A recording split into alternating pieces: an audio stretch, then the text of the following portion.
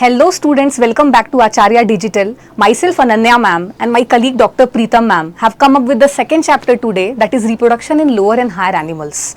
तो बेटा ये वीडियोस आपके बोर्ड एग्जाम के लिए बहुत ही फ्रूटफुल साबित होने वाले हैं बिकॉज बहुत कम और कॉन्साइज टाइम पे हमने पूरे PYQs कवर किए हैं. You will have a glans at them end you can easily revise. Okay, so I will start with the discussion and Preetam ma'am will later join me. So let's start students. The first question is name the hormone involved in parturition. So parturition is nothing but beta the scientific name for delivery of the baby. You all know parturition में जो सबसे important role play करने वाला hormone है उसको oxytocin बोलते हैं, right? So oxytocin का function क्या है? Myometrium lining of the uterus को contract करना, ठीक है? Stronger and stronger contractions finally lead to the delivery of the baby. So the most important hormone involved in parturition क्या लिखोगे? It will nothing but oxytocin. So question 1 का answer is oxytocin. Apart from inducing parturition students और भी functions हैं oxytocin के, जैसे it is also known as milk let down hormone, ठीक है, मिल्क इंजेक्शन में हेल्प करता है. ओके, सेकेंड क्वेश्चन है from the donor zygote is transferred to fallopian tube of female, ठीक है, विच टाइप ऑफ आर्ट यानी assisted reproductive technology is this, ठीक है. तो हम जाइगोट को फलोपियन ट्यूब में ट्रांसफर कर रहे हैं, ठीक है. तो सबसे पहले हम लोग क्या करेंगे, इन विट्रो फर्टिलाइजेशन, ठीक है, लैब के कंडीशन में ग्लास के टेस्ट ट्यूब में वी विल परफॉर्म फर्टिलाइजेशन और फिर हम इस जाइगोट को ट्रांसफर कर रहे हैं फलोपियन ट्यूब में. तो जो टेक्निक यूज होती है उसको हम लोग क्या बोलते हैं बेटा, उसको हम लोग बोलेंगे zygote inter Fallopian transfer, zygote intra fallopian transfer. So इसमें तुम अगर एक्यूरेट आंसर लिखना चाहो तो लिख सकते हो IVF in vitro fertilization followed by zygote intra fallopian transfer. तो नाम से ही समझ में आ रहा है जाइगोट को कहाँ ट्रांसफर करना है, फलोपियन ट्यूब के अंदर, ठीक है. सो ऐसे क्वेश्चंस तुमको पूछे जाएंगे सिचुएशन बेस्ड, ठीक है. Where are testis located in human males and why, और सेकेंड है व्हाट इज क्रिप्टोर्किडिज्म. तो ये दो क्वेश्चंस बहुत इंपॉर्टेंट है, ऑलमोस्ट हर बार पूछे जाते हैं स्टूडेंट्स. तो टेस्टिस कहाँ लोकेटेड है, it is located outside the abdominal cavity.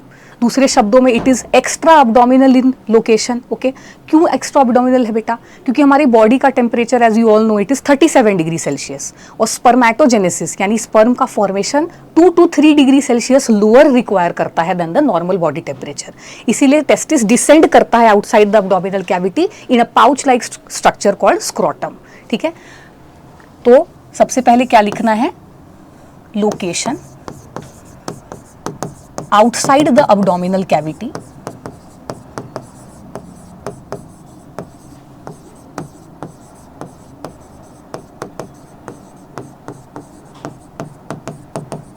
एक वर्ड इसके लिए अगर लिखना चाहो तो क्या लिखोगे, extra abdominal in location.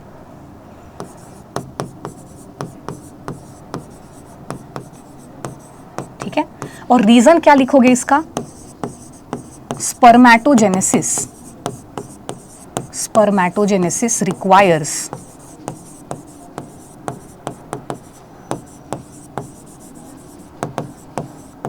two to 3 degree Celsius lower than normal body temperature.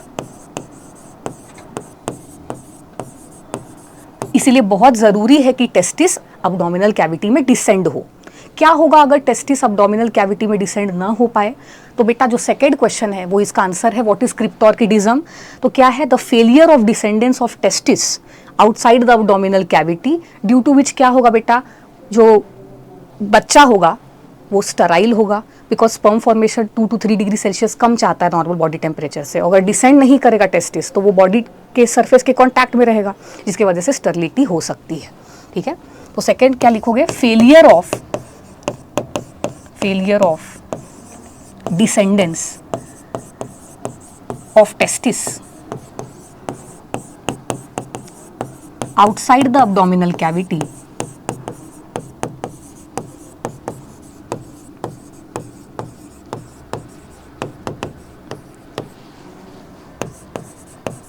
is known as cryptorchidism. It can lead to sterility,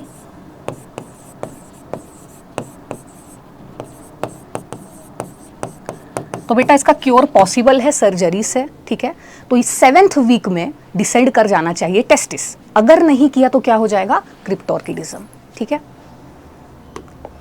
next question है primary sex organ in human mails is, तो ये तो बेटा बहुत ही easy है, it is testis. क्यों उसको primary sex organ बोलते हैं, क्योंकि उसी में स्पर्मेटोजोआ यानी स्पर्म का फॉर्मेशन होता है, स्पर्मेटोजेनेसिस परफॉर्म होता है। इसके साथ साथ वो मेल हॉर्मोन्स एंड्रोजेंस, जिसका सबसे अच्छा एग्जाम्पल है टेस्टोस्टेरोन, वो भी बनाता है। तो 2 रीजन क्या है, एक तो स्पर्मेटोजेनेसिस इसके अंदर होता है और एक मेल एंड्रोजेंस का बनना, जिसके वजह से वो प्राइमरी सेक्स ऑर्गन भी बोला जाता है मेल्स में। नेक्स्ट क्वेश्चन है name the hydrolytic enzyme secreted by the acrosome. अब बेटा एक्रोसोम क्या होता है, तुम अगर स्पर्म का स्ट्रक्चर डिटेल में देखो तो it is made up of 3 parts, head, middle piece and tail. तो हेड पे क्या होता है, तुम्हारा एक्रोसोम होता है, ठीक है। एक्रोसोम जो है वो गोल्गी अपैरेटस से डिराइव्ड एक स्ट्रक्चर है जो कि हेड पे प्रेजेंट होता है, और उसमें सेवरल हाइड्रोलाइटिक एंजाइम्स होते हैं जिनका फंक्शन क्या है, तुम्हारा एग को पेनिट्रेट करना है स्पर्म को, तो एग के लेयर को डिसॉल्व करके ही वो पेनिट्रेट कर पाएगा ना। तो उसमें ऐसे कुछ एंजाइम्स होते हैं जो कि पेनिट्रेशन में हेल्प करते हैं स्पर्म को एग के अंदर, ताकि उसका न्यूक्लियस प्रॉपरली एग के अंदर जा सके, एग के न्यूक्लियस से मीट कर सके। तो इसका क्या क्या होगा बेटा, प्रोटियोलाइटिक एंजाइम्स बोल सकते हो तुम, प्रोटियोलाइटिक एंजाइम्स सच एज जोना लाइसिन, जो कि जोना पेल्यूसिडा के लेयर को डिसॉल्व कर देगा, नाम से ही समझ रहा है, लाइसिन लाइसिस कर देगा किसको, जोना पेल्यूसिडा के लेयर को लाइसिस कर देगा, क्योंकि उसको पेनिट्रेशन में इंपॉर्टेंट है वो लेयर को डिसॉल्व करना, ठीक है। तो जोना लाइसिन है। उसके बाद हाइल्यूरोनिडेज है बेटा, और क्या लिख सकते हो, corona penetrating enzymes, corona penetrating enzymes.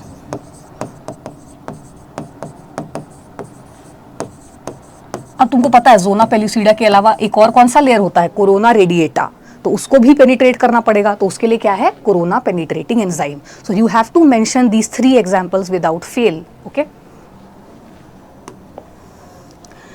What are the goals of RCH? अब बेटा what does RCH stand for? It stands for Reproductive and Child Health Care Program, ठीक है। तो उसके गोल्स यहाँ हमने बहुत अच्छे से लिख के रखे हैं students, you can take a screenshot of these and you can include in your answer. Create awareness among people about various aspects of reproduction, तो रिप्रोडक्शन के वेरियस एस्पेक्ट्स जैसे reproductive health, use of contraceptives, ठीक है, to minimize the chances of sexually transmitted diseases, इसके बारे में awareness फैलाना लोगों में, ठीक है, क्योंकि मोस्ट ऑफ देम जो लोग विलेजेस में रहते हैं उनको इसकी आइडिया होती नहीं है, ठीक है। Provide facilities to people to understand and build up reproductive health. अब तुमको पता है बेटा गवर्नमेंट जो NGOs होती हैं, नॉन गवर्नमेंट ऑर्गेनाइजेशंस और एज वेल एज गवर्नमेंट, वो निरोध, जैसे कॉन्डम का ब्रांड है सबसे फेमस, वो अलग अलग रीजन्स में डिस्ट्रीब्यूट करती है, ठीक है, टू प्रिवेंट STDs। थर्ड है provide support for building reproductively healthy society, और change in 3 critical health indicators. कौन से 3 हेल्थ इंडिकेटर्स है बेटा जो बहुत क्रिटिकल हैं, रिड्यूस टोटल इनफर्टिलिटी रेट, ठीक है। आजकल मोस्ट ऑफ द केसेस में तुमने देखा होगा कि females are unable to conceive, okay, तो उस चीज़ में हमको बहुत ही ध्यान देना है। Second, reduce infant mortality rate, जो बच्चे आजकल काफ़ी मर रहे थे पहले के ज़माने में, पर अब वो रेट काफ़ी कम हुआ है, ठीक है, due to advance medical treatments. Reduce maternal mortality rate, अब माँ और बच्चे दोनों को खतरा हो सकता है कभी कभी, तो इन दोनों को रिड्यूस करना ही हमारा एम है। काफ़ी हद तक हम इसमें सक्सेसफुल हो चुके हैं, ठीक है, अभी और प्रैक्टिस जारी है। Next, name the germ layers from which following organs develop. तो बेटा ये फेवरेट क्वेश्चन है जो हर बार पूछा जाता है, ठीक है। तो इसमें एक चार्ट हमने यहाँ पर डिस्प्ले किया हुआ है जो कि तुम्हारे टेक्स्ट बुक में ही गिवन है। एक्टोडर्म, मीजोडर्म और एंडोडर्म, ये 3 जर्म लेयर्स होते हैं जो कि गैस्ट्रुलेशन प्रोसेस में डेवलप करते हैं। इससे अलग अलग ऑर्गन्स का डेवलपमेंट होता है। तो जहाँ हमने हाईलाइट करके रखा बेटा, टंग जो है वो तुम्हारे एंडोडर्म से डिराइव्ड है, हार्ट जो है वो तुम्हारा मीजोडर्म से डिराइव्ड है, स्वेट ग्लैंड्स जो है वो तुम्हारे एक्टोडर्म से, वजाइना जो है बेटा वो तुम्हारे एंडोडर्म से, मैमरी ग्लैंड जो है तुम्हारे एक्टोडर्म से, किडनी जो है वो तुम्हारे मीजोडर्म से। सो 2 एक्टोडर्म, 2 मीजोडर्म और 2 एंडोडर्म, ऐसा क्वेश्चन पूछा गया था। तो इस चार्ट से और भी ऑर्गन्स तुम देख सकते हो जिससे रिलेटेड क्वेश्चंस आ सकते हैं, ये सब पूछे जा चुके हैं, ठीक है। तो आगे बढ़ते हैं स्टूडेंट्स, नेक्स्ट क्वेश्चन देखते हैं। Describe hormonal control in various phases of the menstrual cycle. ठीक है, तो तुमको पता है बेटा मेंस्ट्रुअल साइकिल प्राइमेट्स में होता है, राइट। ये डायग्राम बहुत ही खूबसूरती से दिया हुआ है तुम्हारे टेक्स्ट बुक में, तो तुम देखते हो जाके। ठीक है, अब हम इस आंसर को कैसे लिखेंगे अगर ये एग्जाम में आया, तो इसमें हमें स्पेशल फोकस करना है हार्मोनल कंट्रोल पे, और अगर टाइम बच गया तो तुम ये सब जो डिटेल्स है इसका साइकिल का पूरा वो भी लिख सकते हो। ठीक है, तो मेंस्ट्रुअल साइकिल जो है बेटा वो कुछ फेजेस में डिवाइडेड है। ठीक है, सबसे पहले मेंस्ट्रुअल साइकिल का स्टार्ट हो जाएगा किससे, मेंस्ट्रुअल फेज से। ठीक है, मेंस्ट्रुअल फेज के बाद आ जाएगा बेटा प्रोलिफरेटिव फेज, जिसका दूसरा नाम फॉलिक्यूलर फेज भी है। अभी हम देखेंगे ऐसे दो नाम क्यों है इसके। ठीक है, तो फॉलिक्यूलर फेज लिख सकते हो तुम, या दूसरे शब्दों में प्रोलिफरेटिव फेज। ठीक है, फिर आता है तुम्हारा ओव्यूलेटरी फेज,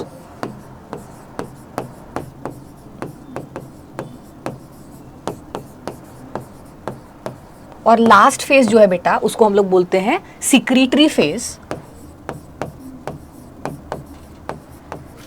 या लूटियल फेज।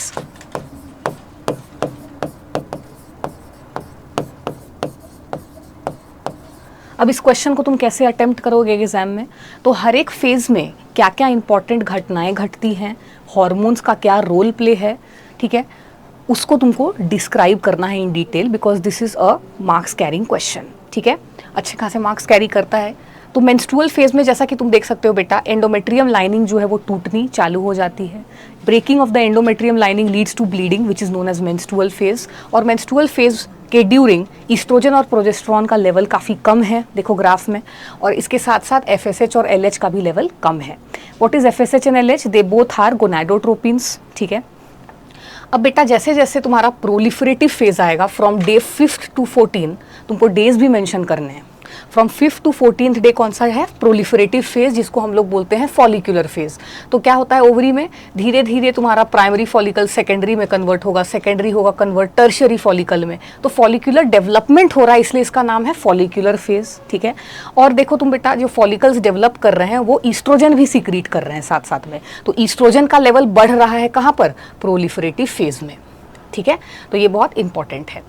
और एफएसएच और एलएच जो है इसमें हेल्प कर रहा है। तो एफएसएच और एलएच कौन सीक्रेट करवाता है? GnRH, gonadotropin releasing hormone. ठीक है, अब क्या होगा बेटा, धीरे धीरे एंडोमेट्रियम लाइनिंग बनता जा रहा है, बनता जा रहा है, बनता जा रहा है, तो ईस्ट्रोजन राइज करता जा रहा है। ठीक है, उसके बाद जब 14th डे आएगा यानी mid cycle, average duration of menstrual cycle is 28 days.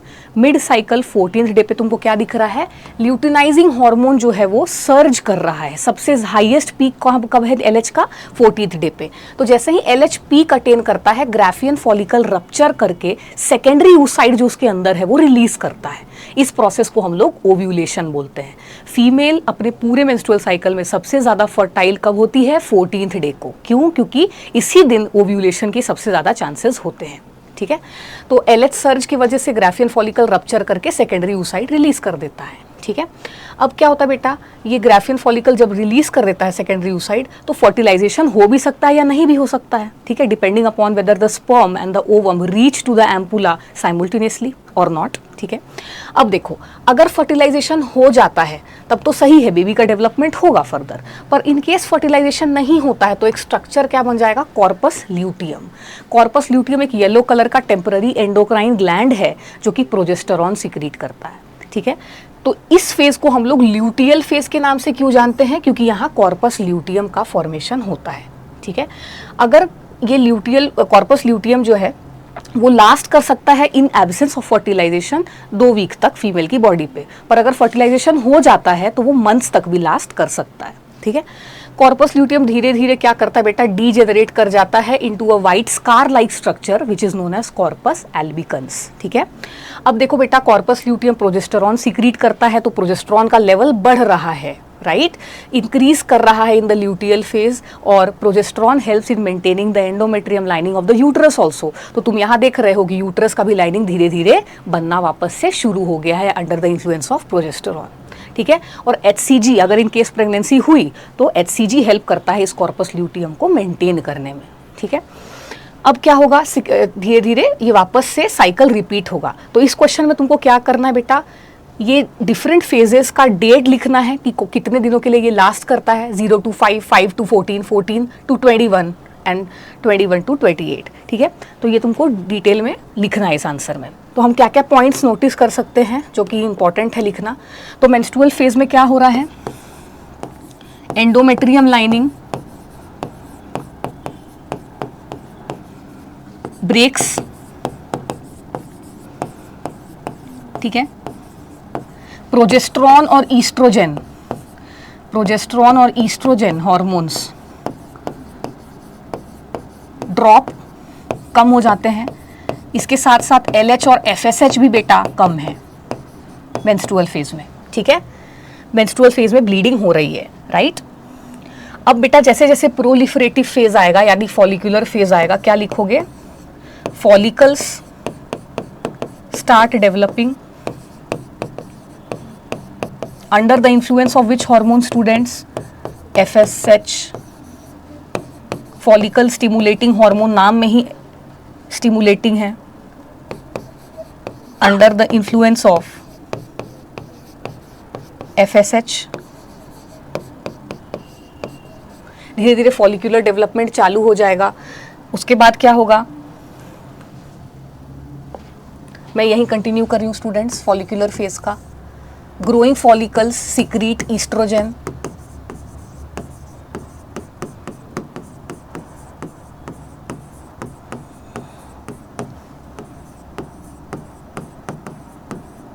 तो ईस्ट्रोजन का लेवल देखो बढ़ रहा है ना, जैसे जैसे फॉलिकल का डेवलपमेंट हो रहा है, और धीरे धीरे एंडोमेट्रियम लाइनिंग भी बढ़ रही है, ठीक है। अब देखो क्या होता है, तुमको लिखना है अबाउट ओव्यूलेटरी फेज, ठीक है। तो ओव्यूलेटरी फेज में क्या लिखोगे,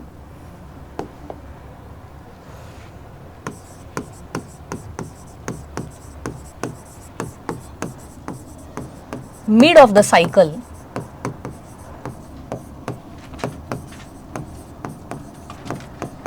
LH surge takes place, luteinizing hormone अचानक से बहुत बढ़ जाता है, सर्ज यानी अचानक से बढ़ जाना,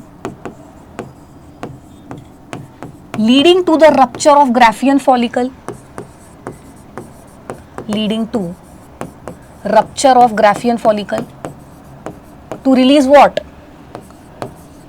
टू रिलीज सेकेंडरी oocyte, ठीक है, टू रिलीज सेकेंडरी oocyte, इसी को तो हम लोग ओव्यूलेशन बोलते हैं।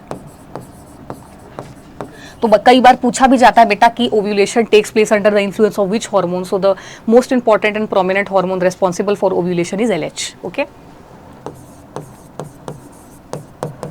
ठीक है। Ovulation, female is the most fertile during this phase, ठीक है। फिर क्या आएगा बेटा ओव्यूलेशन फेज के बाद, जैसा कि तुम देख सकते हो ग्राफ में, ओव्यूलेशन फेज के बाद आ जाएगा तुम्हारा सिक्रीटरी फेज, ठीक है। सिक्रीटरी फेज नाम से ही समझ आ रहा है कुछ तो सिक्रीट हो रहा होगा। क्या सिक्रीट होता है, सिक्रीटरी फेज में प्रोजेस्टेरॉन सिक्रीट होता है, और कौन सिक्रीट करता है, कॉर्पस ल्यूटियम, इसीलिए इस फेज को लूटियल फेज भी बोला जाता है, ठीक है। सो लूटियल फेज में क्या होता है, formation of corpus luteum,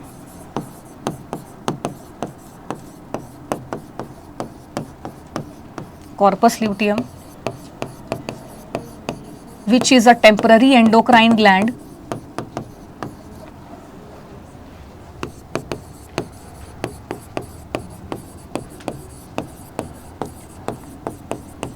secreting which hormone students, progesterone,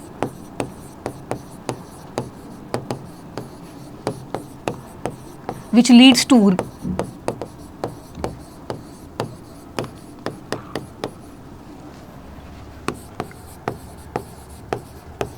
building of the endometrium lining again,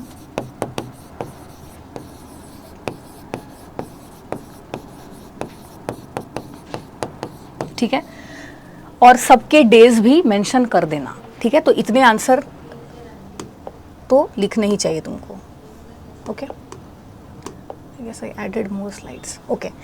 तो नेक्स्ट क्वेश्चन में जाते हैं बेटा. Identify the trophoblast cells which are in contact with the embryonal knob during blastulation. ठीक है, अब तुमको पता है बेटा ये क्या है, तुम्हारा इनर सेल मास है, राइट. और इनर सेल मास को ही हम लोग क्या बोलते हैं, इम्ब्रायनल नॉब बोलते हैं. अब देखो कौन कौन से सेल्स कॉन्टैक्ट में है. ट्रोफोब्लास्ट का ये सेल और ये सेल कॉन्टैक्ट में है इनर सेल मास के. इसको क्या बोलते हैं, सेल्स ऑफ रॉबर. तो cells of Rauber are those cells which are in contact with the inner cell mass और द इम्ब्रायनिकल नॉब. ठीक है. Next question.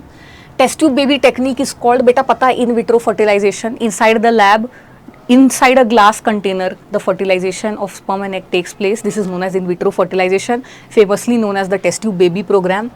ठीक है. उसके बाद identify A B C and D. तो बेटा लेबलिंग के क्वेश्चंस काफ़ी आते हैं, तुमने देखा पहले पिछले भी क्वेश्चंस काफ़ी लेबलिंग वाले आए हुए थे. तो focus on the diagrams present in your text book in detail minutely, not a single diagram should be missed. Okay students. तो ए है क्या, तुम्हारा टेस्टिस है बेटा, प्राइमरी सेक्स ऑर्गन है, हम डिस्कस कर चुके हैं, क्योंकि यहीं पर तुम्हारा स्पर्म का फॉर्मेशन होता है, इसके साथ साथ टेस्टोस्टेरोन भी यहीं बनता है, राइट. बी क्या है तुम्हारा, एक्सेसरी ग्लैंड, जो जिसको हम लोग क्या बोलते हैं, वास डिफरेंस. ओके. सी क्या है तुम्हारा, सेमिनल वेसाइकल. अब तुमको पता है बेटा सेमिनल वेसाइकल सबसे ज़्यादा कंट्रीब्यूट करता है to the seminal fluid, right. 60 to 65% इसी के सिक्रीशंस होते हैं सीमेन में. तो सेमिनल वेसाइकल. और लास्ट वाला क्या है, प्रोस्टेट ग्लैंड. तो you have to give attention to all the diagrams mentioned in your HSC text book in detail. ठीक है. नेक्स्ट क्वेश्चन पे आते हैं. Give reasons. Though fertilization takes place in the ampulla of the fallopian tube, implantation of embryo takes place when it reaches the uterus only. अब fertilization तो होता है तुम्हारे एम्पुला में, फलोपियन ट्यूब के, पर क्या इम्प्लांटेशन भी वहीं हो जाती है, नहीं हो सकती है, बिकॉज फलोपियन ट्यूब बेटा काफ़ी नैरो है, उसकी विड्थ काफ़ी कम है, it is not enough for the embryo to grow fully. तो हमेशा इम्प्लांटेशन कहाँ होनी चाहिए, यूटरस में ही होनी चाहिए. ठीक है. तो क्या इंश्योर करता है कि इम्प्लांटेशन हमेशा यूटरस में हो, तो उसका जो जोना पेल्यूसिडा लेयर है बेटा, जब तक वो नहीं हटता तब तक इम्प्लांटेशन नहीं पॉसिबल है. तो जोना पेल्यूसिडा को कब हटना चाहिए, यूटरस में पहुंचने के बाद ही. अगर वो पहले हट गया तो वहीं पर इम्प्लांटेशन हो जाएगी.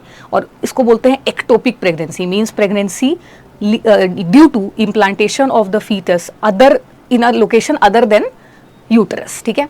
तो ये होना नहीं चाहिए. तो इसका आंसर हम कैसे लिखेंगे, implantation should take place in the uterus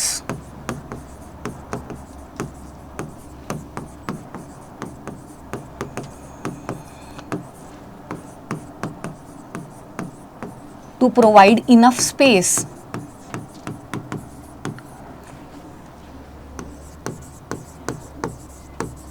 for the embryo to develop.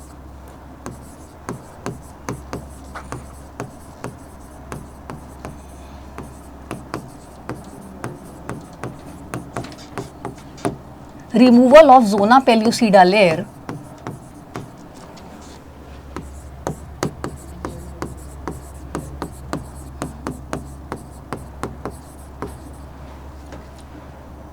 leads to implantation.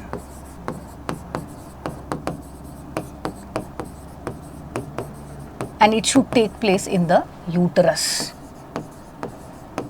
And it should take place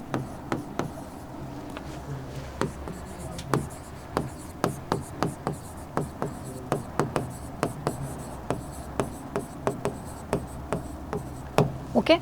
Implantation at some other location may lead to complications.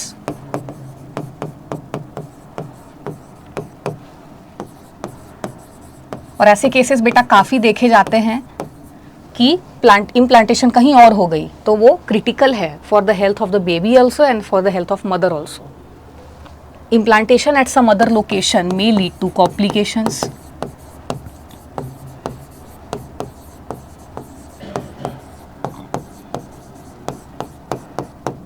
ठीक है. तो ये बात तुमको याद रखनी है. This is a very important situation based question बेटा, जो कि काफ़ी पूछा जा रहा है HSC बोर्ड में. ठीक है.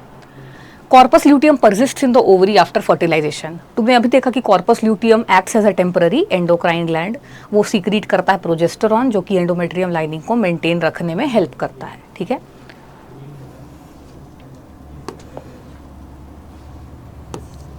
कॉर्पस ल्यूटियम कब फॉर्म होता है?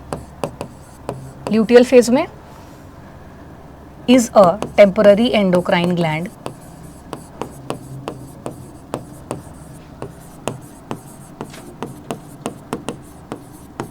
which secretes progesterone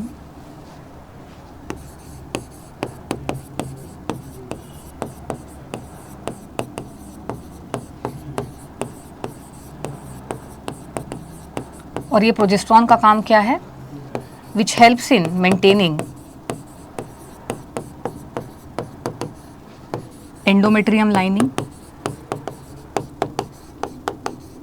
और एंडोमेट्रियम लाइनिंग सही से बनेगी बेटा तो ही अच्छे से प्रेगनेंसी पॉसिबल है, क्योंकि एंडोमेट्रियम में ही तो इम्प्लांटेशन होता है, तो अगर वही अच्छे से नहीं बनेगा तो कैसे काम होगा, है ना। Endometrium lining,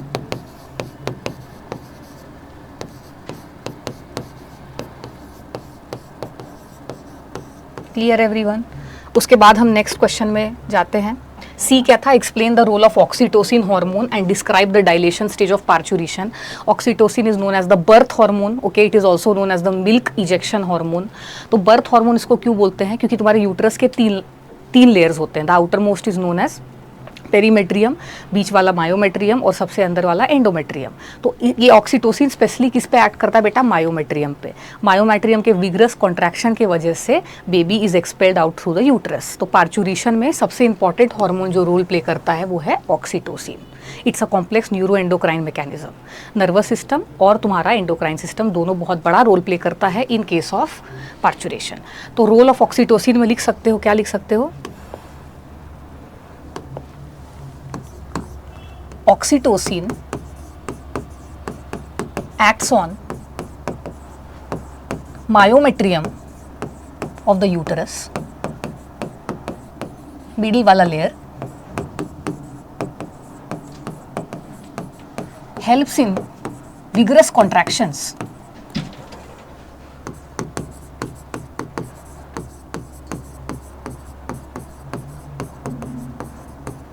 as a result of which baby is expelled out through the uterus. Baby is expelled out. Hence it is also known as birth hormone. Oxytocin mother के पोस्टीरियर पिट्यूटरी से सीक्रेट होता है। दो ही hormones है posterior pituitary के, oxytocin और vasopressin, ठीक है। नेक्स्ट सेकेंड पार्ट इसका क्या पूछा गया था? डायलेशन स्टेज ऑफ पार्चुरेशन, ठीक है। तो पार्चुरेशन के 3 स्टेजेस तुम पढ़ चुके बेटा, उसमें हमको एक्सप्लेन करना है डायलेशन स्टेज। तो डायलेशन स्टेज में क्या क्या घटनाएं घटती है? नाम में ही डायलेशन है, ठीक है। तो यूटरस से जब मदर पुश करेगी बेबी को तो वो सर्विक्स के तरफ बढ़ेगा, राइट। तो क्या होता है? Baby is pushed from the uterus to the cervix,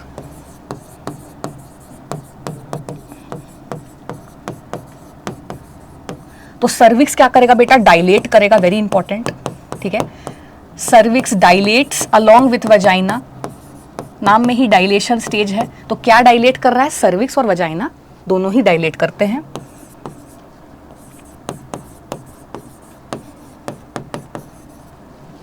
vagina, ठीक है। इसके साथ साथ एमनियोटिक सैक जो है वो टूट जाता है, इट ब्रेक्स ओपन।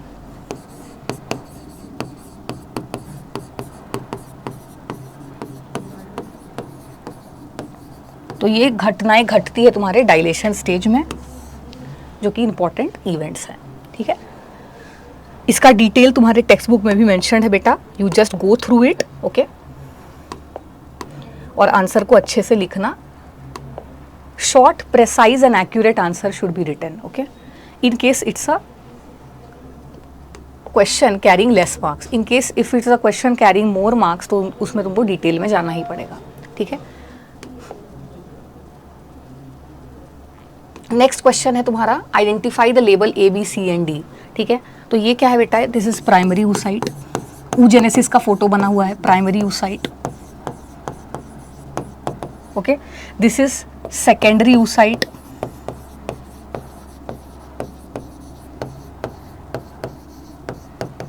और ये क्या है तुम्हारा ओवम, जिसको हम लोग ऊटिड के नाम से भी जानते हैं।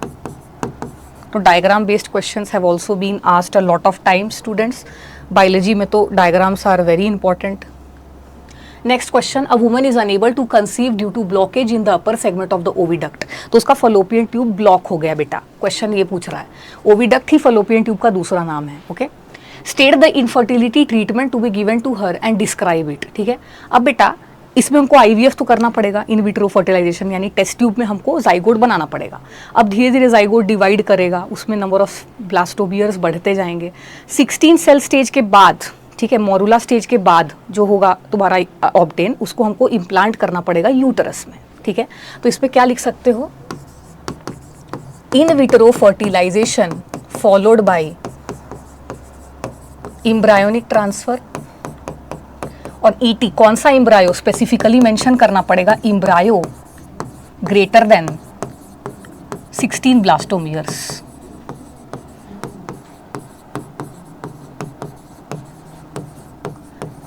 Should be transfer to the uterus. तुमको क्लीवेज टेक्निक पता है ना बेटा, तो यूटरस के लिए 16 ब्लास्टोमियर्स से ज्यादा होने चाहिए, right.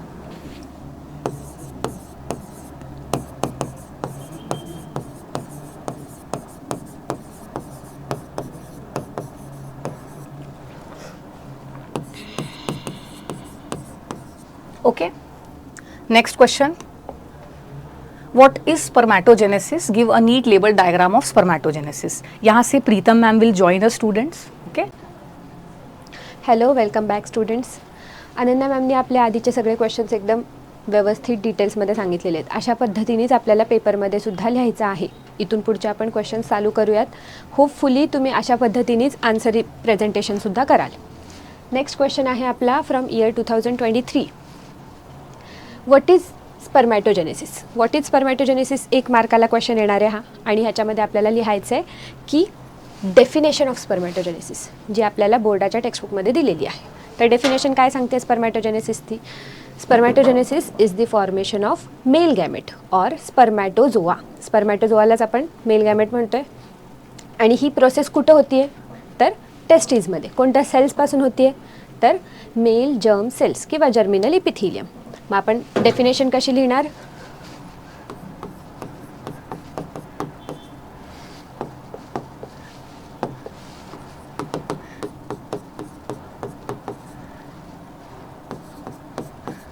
It is a process of formation of male gamete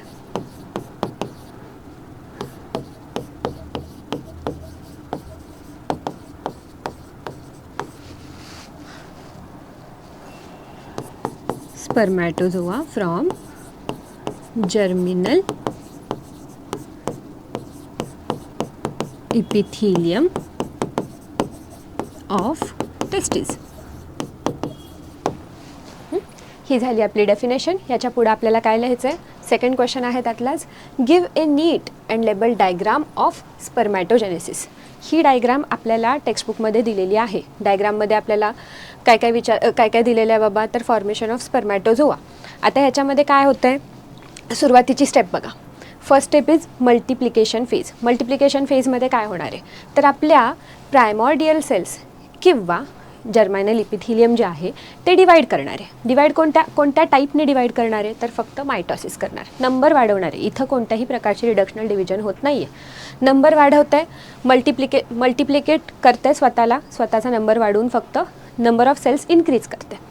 increase झाला, आता सेल्सचा नंबर इन्क्रीज झाला, स्पर्मॅटोगोनिया खूप सारे फॉर्म झाले. सेकंड स्टेप आहे त्यातली ग्रोथ फेज. ग्रोथ फेजमध्ये काय होते, स्पर्मॅटोगोनिया फक्त साईजनी ग्रो होती. इथं कोणत्याही टाईपची डिव्हिजन झालेली नाही. Reduction in the number of chromosomes झालेला नाही. नेक्स्ट फेज आहे आपली मॅच्युरेशन फेज. आता इथे ॲक्च्युअल मिओसिस होणार आहे. मॅच्युरेशन फेजमध्ये काय होणार आहे, मिओसिस म्हणजेच रिडक्शनल डिव्हिजन होते. मिओसिसमध्ये सुद्धा आपल्याला बघायला मिळते की प्रायमरी स्पर्मॅटोसाइट जी की डिप्लॉइड सेल आहे ती आता कशामध्ये कन्वर्ट होणार आहे, secondary spermatocyte and then in the spermatids. स्पर्मॅटिड्सपासून स्पर्मॅटोझोआ ही जी कन्वर्जन आहे यामध्ये सुद्धा कोणत्याही टाईपची डिव्हिजन होणार नाही आहे. तर ह्याच्यामध्ये फक्त चेंजेस होत आहेत, सेलच्या मॉर्फॉलॉजीमध्ये चेंजेस होत आहेत आणि सेल जी की सर्क्युलर आहे ती आता कशी झाली आहे, elongated with flagella like tail like structure. त्या प्रोसेसला आपण काय म्हणतो, आणि स्पर्मिओजेनेसिस. आणि ही पूर्ण डायग्राम आपल्याला ह्या आन्सरसाठी काढायला लागणार आहे. सुरुवात कशापासून करणार आपण, डेफिनेशन आणि नंतर या डायग्रामपासून. डायग्रामचं एक्सप्लेनेशन इथं नाही केलं तरी सुद्धा चालेल, बट डायग्राम व्यवस्थित आली पाहिजे आणि प्रत्येक सेलची प्लॉइडी लेवल आली पाहिजे, ज्याच्यामुळे की आपल्याला समजतं की तुम्हाला कन्सेप्ट समजली आहे का, की कुठे नक्की मायटोसिस होते, कुठे नक्की मिओसिस होते. Okay, on to the next question. Next question is give any 4 significances of fertilisation in humans. ह्युमन्समध्ये फर्टिलायझेशनचे काय सिग्निफिकन्स महत्त्व, काय महत्त्व असणार आहे फर्टिलायझेशनचं. आपल्याला माहिती आहे फर्टिलायझेशन हे 2 हॅप्लॉइड सेल्समध्ये होते. आता ह्या ज्या हॅप्लॉइड सेल्स आहेत त्या एकमेकांना फ्यूज होतील, ह्याला आपण म्हणतोय सिनगॅमी, आणि ह्याच्यानंतर आपल्याला 2 हॅप्लॉइड सेल्स फ्यूज झाल्यामुळे मिळणारे डिप्लॉइड स्टेज. डिप्लॉइड स्टेजला रिस्टोअर करण्यासाठी होतं फर्टिलायझेशन. मग फर्स्ट सिग्निफिकन्स तर काय होईल बाबा, ते लिहून टाकू आपण. Significance of fertilization. First significance is restoration of diploid phase or stage. आणि हे डिप्लॉइड स्टेज सगळ्यात पहिल्यांदा कोणत्या सेलमध्ये मिळणार आहे आपल्याला, इन जायगोट. हा फर्स्ट सिग्निफिकन्स झाला. आता आपल्याला माहिती आहे सेकंडरी oocyte हे अरेस्टेड आहे मिओसिस 2 मध्येच. सेकंडरी oocyteची मिओसिस 2 तेव्हाच कंप्लीट होणार ज्यावेळी त्याला येऊन स्पर्म टच करेल. स्पर्म टच होईपर्यंत मिओसिस 2 कंप्लीट होणार नाही. मग फर्टिलायझेशनच्या वेळेला स्पर्म टच करायला येणार आहे. मग सेकंड सिग्निफिकन्स आहे completion of meiosis 2 of secondary oocyte prior to fertilization. हा झाला आपला सेकंड सिग्निफिकन्स. आणखीन कोणतं महत्त्व आहे फर्टिलायझेशनचं. फर्टिलायझेशन म्हणजेच सेक्शुअल रिप्रोडक्शनचा एक खूप इम्पॉर्टंट पार्ट. फर्टिलायझेशन झाल्यानंतर आपल्याला मॅटर्नल आणि पॅटर्नल जीन्स एकत्र करता येतात. ह्याच्यामुळं काय होणार आहे, जेनेटिक व्हेरिएबिलिटी. आपण बघतो की कोणताही सेक्शुअली रिप्रोड्यूस्ड ऑर्गॅनिझम कधीच त्याच्या पेरेंट्सला कम्प्लिटली रिसेंबल नाही करत आहे. का नाही रिसेंबल करणार आहे, रिझन आहे कारण की इथे काय होतं आहे, मॅटर्नल आणि पॅटर्नल क्रोमोझोम्स मिक्स होत आहेत. त्याच्यामधून मग नवीन जेनेटिक कॉम्बिनेशन आपल्याला बघायला मिळते आणि हे जेनेटिक कॉम्बिनेशन पुढे जाऊन इव्होल्युशनसाठी इम्पॉर्टंट ठरू शकतं. म्हणजे थर्ड बेनिफिट किंवा सिग्निफिकन्स जो आपल्याला फर्टिलायझेशनचा मिळतोय तो काय आहे, it results in formation of new genetic makeup of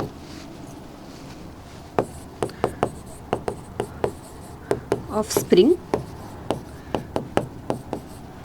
which is important for evolution. Evolution लगेचच होणार तर नाही आहे, बट हां हेच generation to generation genetic variations ज्यावेळी ॲक्युमुलेट होतील त्यावेळी पुढे जाऊन कधीतरी आपल्याला इव्होल्युशन बघायला मिळेल.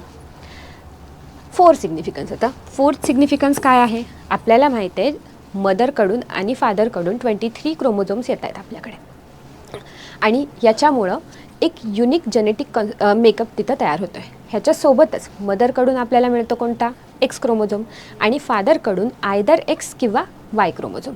आणि at the time of fertilization आपल्या फिटसचं किंवा जे पुढं जाऊन बेबी तयार होणार आहे त्याचं सेक्स डिटरमाइन केला जातो. म्हणजेच fourth, last but not least, significance of fertilization is determination of sex of the child at the time of fertilization. Determination of sex of the offspring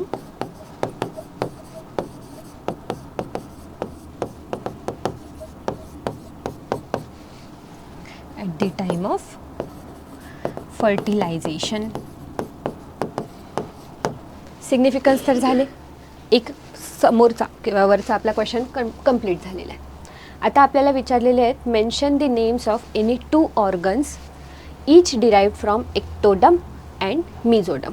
आपल्याकडे मगाशी एक चार्ट होता, आपण तो चार्ट पुन्हा एकदा रेफर करू. आपल्याला टेक्स्टबुकमध्ये खूप मोठा चार्ट दिलेला आहे, त्यातले कोणतेही ऑर्गन्स तुम्ही लक्षात ठेवू शकता.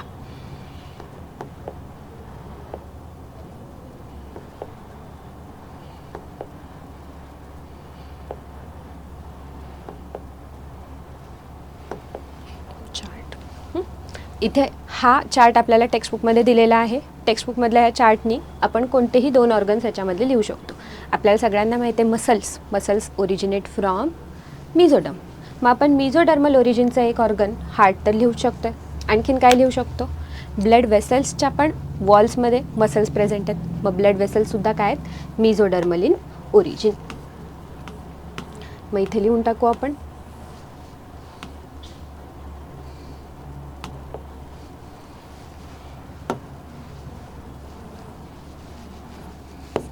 बी क्वेश्चनमध्ये mesodermal origin and another is ectodermal origin.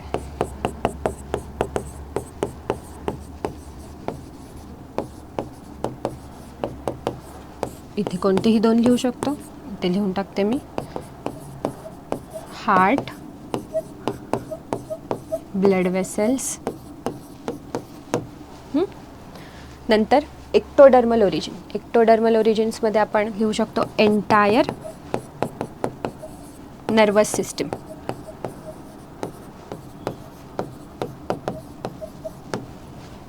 Entire nervous system. आणखीन एक जर विचारतात ते आणखीन एक लिहून टाकू इथे आपण. पिनियल ग्लँड और मॅमरी ग्लँड, स्वेट ग्लँड, कोणते तुम्हाला जे आठवत आहेत ते लिहा. पण तो चार्ट मात्र वाचून घ्या. आपल्याला तो NCERTमध्ये नाही दिलेला, पण टेक्स्टबुकमध्ये बोर्डाच्या दिलेला आहे. Now next question, which of the following is a hormone releasing contraceptive. तर हॉर्मोन रिलीजिंग इथे ऑप्शन बघूयात आपण. CUT, टी काय आलं इथं? Copper T. ओके. पुन्हा इथं CU7 पुन्हा कॉपर रिलीजिंग. नंतर मल्टीलोड 375 कॉपर रिलीजिंग. आणि हा आहे आपला LNG20. LNG20 हा रिलीज करत असतो सिंथेटिक प्रोजेस्टेरॉन.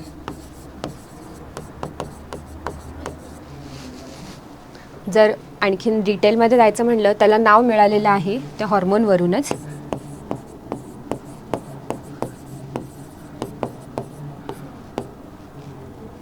लिव्होनॉर्जेस्ट्रॉल, LNG याच्यापासून ते नाव आलेलं आहे.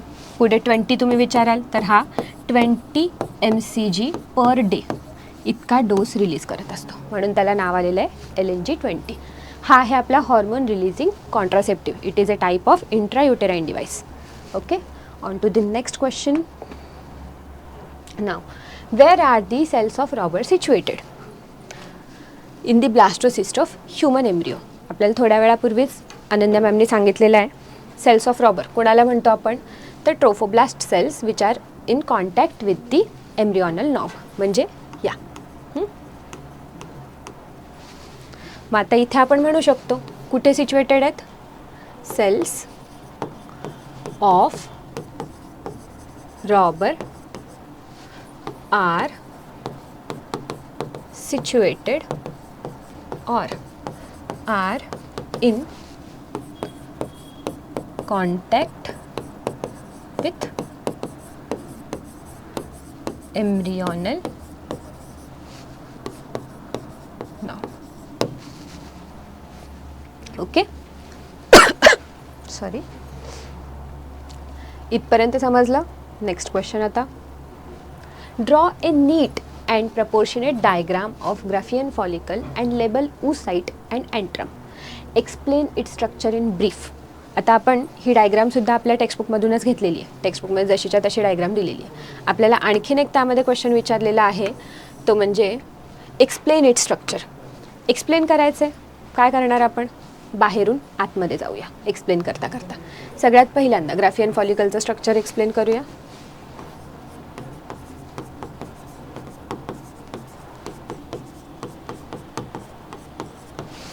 सगळ्यात आउटर मोस्ट लेयर्स कोणत्या कोणत्या आहेत?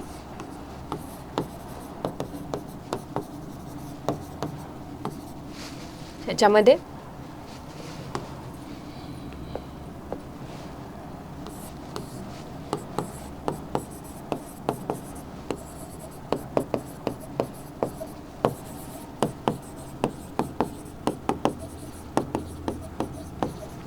थिका एक्सटर्ना आणि थिका इंटर्ना. इथं आपल्याला बघायला मिळतात थिका एक्सटर्ना, थिका इंटर्ना. थिका एक्सटर्ना जी आहे ही आहे फायब्रस. This is fibrous. आणि ही आहे सेल्युलर. ओके, थिका एक्सप्लेन केलं आपण. नेक्स्ट आहे ग्रॅन्युलोजा सेल्स. ग्रॅन्युलोजा सेल्स एकदम छोट्या छोट्या छोट्या छोट्या सेल्स आहेत. याच पुढे जाऊन काय करतात? हॉर्मोन रिलीज करतात. कोणतं हॉर्मोन रिलीज करणार आहेत बाबा? या इस्ट्रोजन. करेक्ट, इस्ट्रोजन हॉर्मोन ह्या सेल्स रिलीज करत राहणार आहेत. मग नेक्स्ट लिहूया.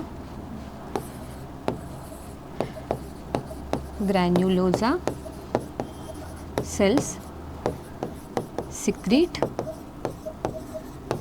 इस्ट्रोजन. नेक्स्ट आतमध्ये आहे, आपल्याला त्यांनी मार्क पण करायला लावलेलं आहे की एंट्रम कुठे आहे आणि oocyte कुठे आहे. आतमध्ये काय आहे? ही fluid filled cavity. Fluid filled cavity of Graafian follicle.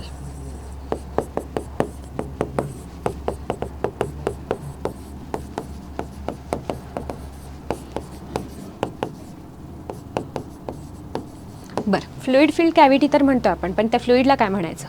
फ्लुइडला काय म्हणायचं? इथे लिहून टाकते मी लगेच. It is called as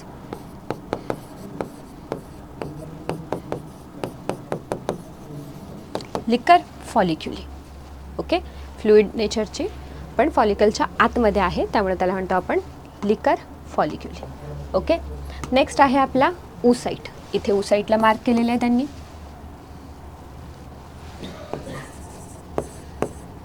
oocyte. बरं, ग्राफियन फॉलिकल आहे. ग्राफियन फॉलिकलमध्ये oocyte कोणत्या स्टेजमध्ये प्रेझेंट असणार आहे? प्रायमरी की सेकंडरी? आपल्याला ते पण मेन्शन केलं पाहिजे. In secondary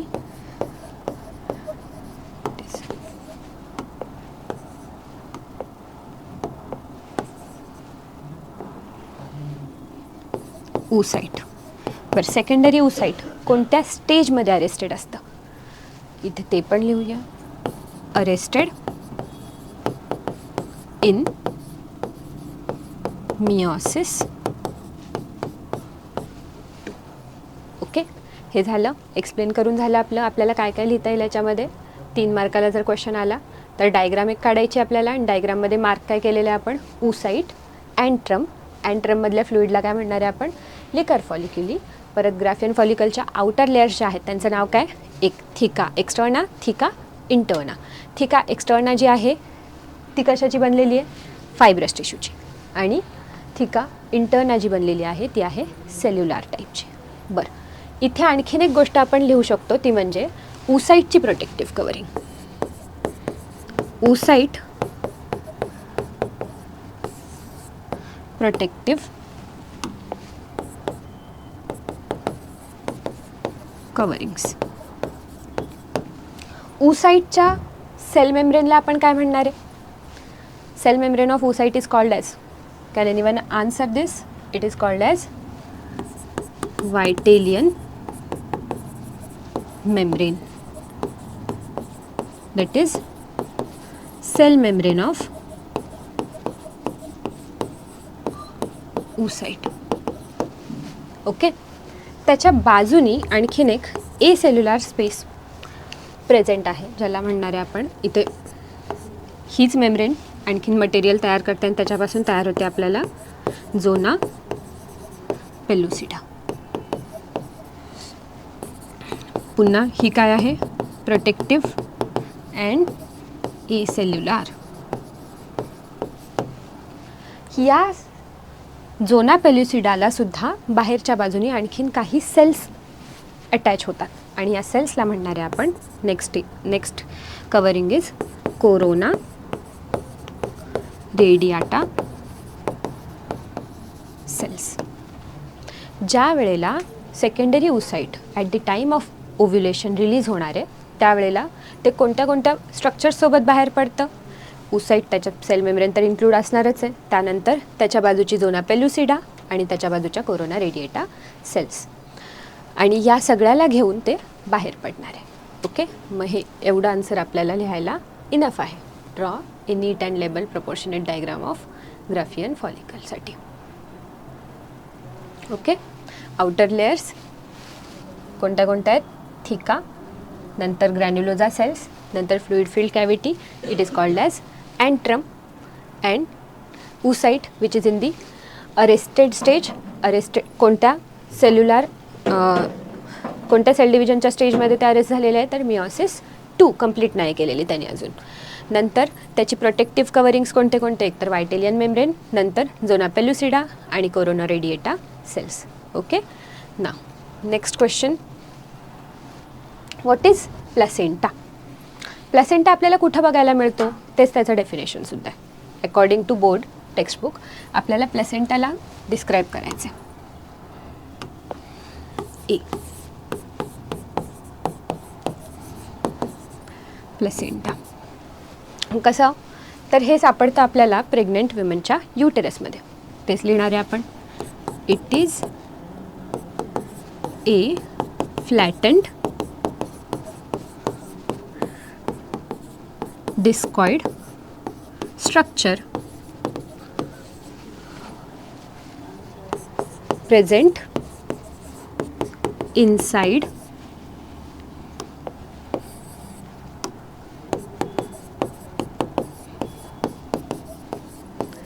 uterus of pregnant.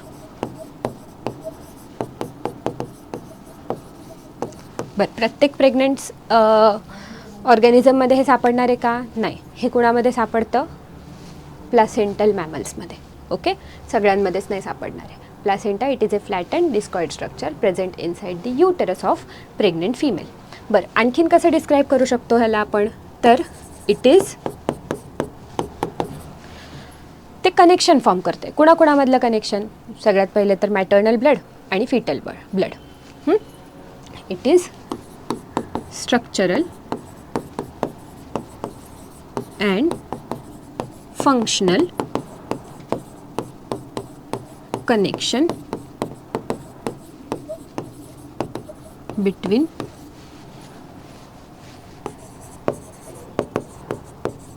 maternal and fetal blood. Okay, temporary connection आहे, आपल्याला माहिती आहे.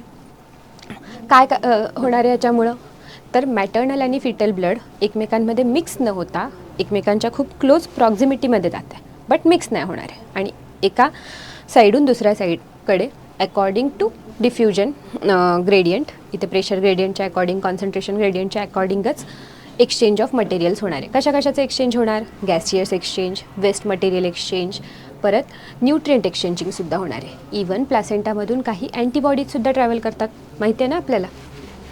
Next question is give reason. कशाचं रिझन द्यायचं आहे आपल्याला, रिझन हवं आहे आपल्याला. Placenta is considered as A temporary endocrine Gland. Temporary का, पहिले तर हे सगळ्यांमध्ये नाही आहे, प्रेग्नंट फिमेलमध्ये मिळते, मेलमध्ये तर सापडणार पण नाही. टेम्पररी एंडोक्राईन कशाला म्हणतो आपण, जे कोणते ना कोणते हॉर्मोन्स रिलीज करत राहणार त्या स्ट्रक्चरला आपण म्हणतो एंडोक्राईन स्ट्रक्चर और एंडोक्राईन ग्लँड. मग प्लॅसेंटाला आपण एंडोक्राईन ग्लँड म्हणतोय तर कोणते हॉर्मोन्स हे रिलीज करते? रिझन लिहूया आपण ह्याचं. B question, it is considered as temporary endocrine gland. पहिले तर रिझन आपल्याला लिहायचं आहे टेम्पररीचं. टेम्पररी का? खूप कमी दिवसासाठी आहे. Okay, because it is found only during pregnancy in females and during pregnancy it secretes some hormones. कोणते कोणते हॉर्मोन्स प्लॅसेंटा रिलीज करतो हे सांगता येईल का आपल्याला? लिहूया आपण ते सुद्धा. कोणते कोणते हॉर्मोन्स रिलीज करतोय? Hormones released by placenta. कुणाला सांगता येईल का ह्याच्यामध्ये?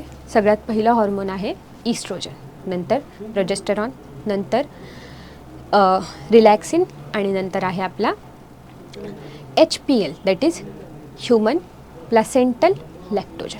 ओके, हे 4 हॉर्मोन्स प्लॅसेंटा रिलीज करत असतो. फर्स्ट लिहू आपण इस्ट्रोजन. इस्ट्रोजनचं स्पेलिंग 2 टाईपने लिहू शकतो आपण, तुम्हाला जसं लिहायचं आहे तसं. Oestrogen. Second progesterone. Third relaxin. Fourth human प्लॅसेंटल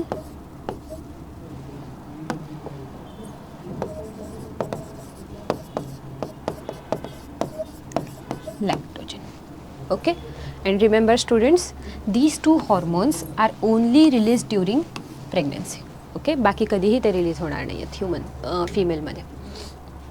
नंतर नेक्स्ट क्वेश्चन आहे आपला, गिव्ह सिग्निफिकन्स ऑफ HCG. HCGचं सिग्निफिकन्स आपल्याला सांगायचं आहे. HCGचं फुल फॉर्म पहिले तर सांगितला पाहिजे आपल्याला. HCG ह्युमन कोरियोनिक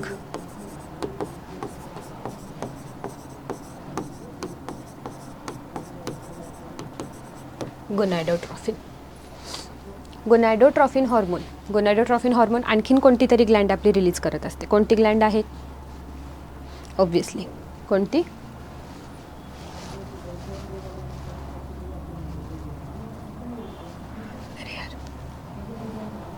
गोनॅडोट्रॉफिन हॉर्मोनचं काम काय असणार आहे बाबा? गोनॅड्सवरती काम करणे. बरोबर, गोनॅड्सवरती काम करून त्यांना काय रिलीज करायला लावायचं आहे? तर गोनॅडल हॉर्मोन्स जसे की इस्ट्रोजन आणि प्रोजेस्ट्रॉन. मग इथे HCGचं काम असतं to maintain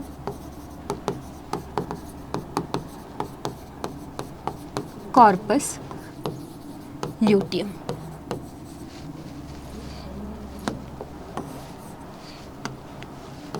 corpus luteum. Okay, corpus ल्युटियमला मेंटेन केल्यानंतर कॉर्पस ल्युटियमचं फंक्शन काय? तर हा करतोय पुढं, इट सिक्रीट्स प्रोजेस्टेरॉन. जर आपण बघितलं, कॉर्पस ल्युटियमला फॉर्म व्हायला किंवा मेंटेन करण्यासाठीचा रिस्पॉन्सिबल हॉर्मोन आहे LH. मग ह्युमन कोरियोनिक गोनॅडोट्रॉफिन हा सुद्धा LH सारखा ॲक्ट करतो. ओके, आणि त्याला काय करतो? कॉर्पस ल्युटियमला मेंटेन ठेवतो आफ्टर दी फर्टिलायझेशन. जर ह्युमन कोरियोनिक गोनॅडोट्रॉफिन नसेल तर कॉर्पस ल्युटियम डिजनरेट होईल आणि प्रोजेस्ट्रॉन रिलीज होणार नाही. But in presence of human chorionic gonadotrophin corpus luteum is maintain for 2 to 3 months आणि त्यावेळेला ते प्रोजेस्ट्रॉन रिलीज करत राहणार आहे. ओके, मग आपला ह्या क्वेश्चनचा आन्सर मिळालेला आहे आपल्याला. क्वेश्चन काय? पुन्हा एकदा आपण रिव्ह्यू करूया. What is placenta? प्लॅसेंटाची डेफिनेशन लिहिलेली आपण. It is a flatten discoidal structure which is found inside the uterus of pregnant female only. परत ते काय करतं आहे? It is structural and functional connection between maternal and foetal blood. बरं, त्याला आपण टेम्पररी एंडोक्राईन ग्लँड का म्हणतोय? Because it is found only during pregnancy in females and during pregnancy it secretes some hormones. कोणते कोणते हॉर्मोन्स प्लासेंटा रिलीज करतो? इथे लिहिलेले आपण oestrogen, progesterone, relaxin and HPL. Okay, next is the role of HCG which we have discussed. It is to maintain corpus luteum which secretes progesterone. आणि progesterone का secrete करत राहायचे? प्रेग्नन्सी मेंटेन करण्यासाठी, एंडोमेट्रियलची थिकनिंग मेंटेन ठेवण्यासाठी. Next question. It is the question from year 2024. Now spermatid, MCQ type question आहे आपला. Spermatids get transformed into functional spermatozoa by the process of. आता इथे स्पर्मॅटिड्स आपण मगाशीच बघितले, स्पर्मॅटिड्स आहेत सर्क्युलर सेल्स. ओके, आणि स्पर्मॅटोझोआ जे आहे त्यांचं स्ट्रक्चर आपल्याला असं बघायला मिळतं. हे जे कन्वर्जन आहे ह्याला काय म्हणतो आपण? मगाशीच आपण चार्टमध्ये बघितलेलं होतं. ह्याला काय म्हणणार आहे आपण? स्पर्मिओजेनेसिस. नेक्स्ट क्वेश्चन एका मार्काचा MCQ आहे आपला हा. Give functions of Nebenkern and zona pellucida. सगळ्यात पहिले तर नेबेनकन आहे काय? कुठे आहे नेबेनकन? कुठे सापडते आपल्याला? According to HSC board textbook, Nebenkern ह्युमनच्या स्पर्ममध्ये सापडते. ह्युमनच्या स्पर्ममध्ये जो स्पायरली अरेंज्ड मायटोकॉन्ड्रिया मिडल पीसमध्ये सापडतो त्याला म्हणतो आपण नेबेनकन. नेबेनकनचं फंक्शन काय देणार मग आपण? मायटोकॉन्ड्रियाचं जे फंक्शन तेच त्याचं फंक्शन. मायटोकॉन्ड्रिया काय फंक्शन करत असतो? It produces energy by aerobic respiration. Correct. मग नेबेनकनचं पण फंक्शन काय? It produces energy. But energy पाहिजे कशाला? ह्युमनला स्विम करत जायचं आहे. स्विम करण्यासाठी ॲक्टिव्ह एनर्जी लागणार आहे. ती एनर्जी प्रोव्हाइड करण्याचं काम आहे नेबेनकनचं. लिहून टाकू आपण इथे. कलर चेंज करते मी.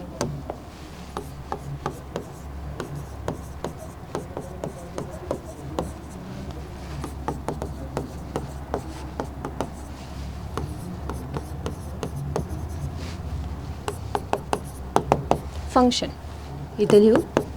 It is spirally arranged mitochondria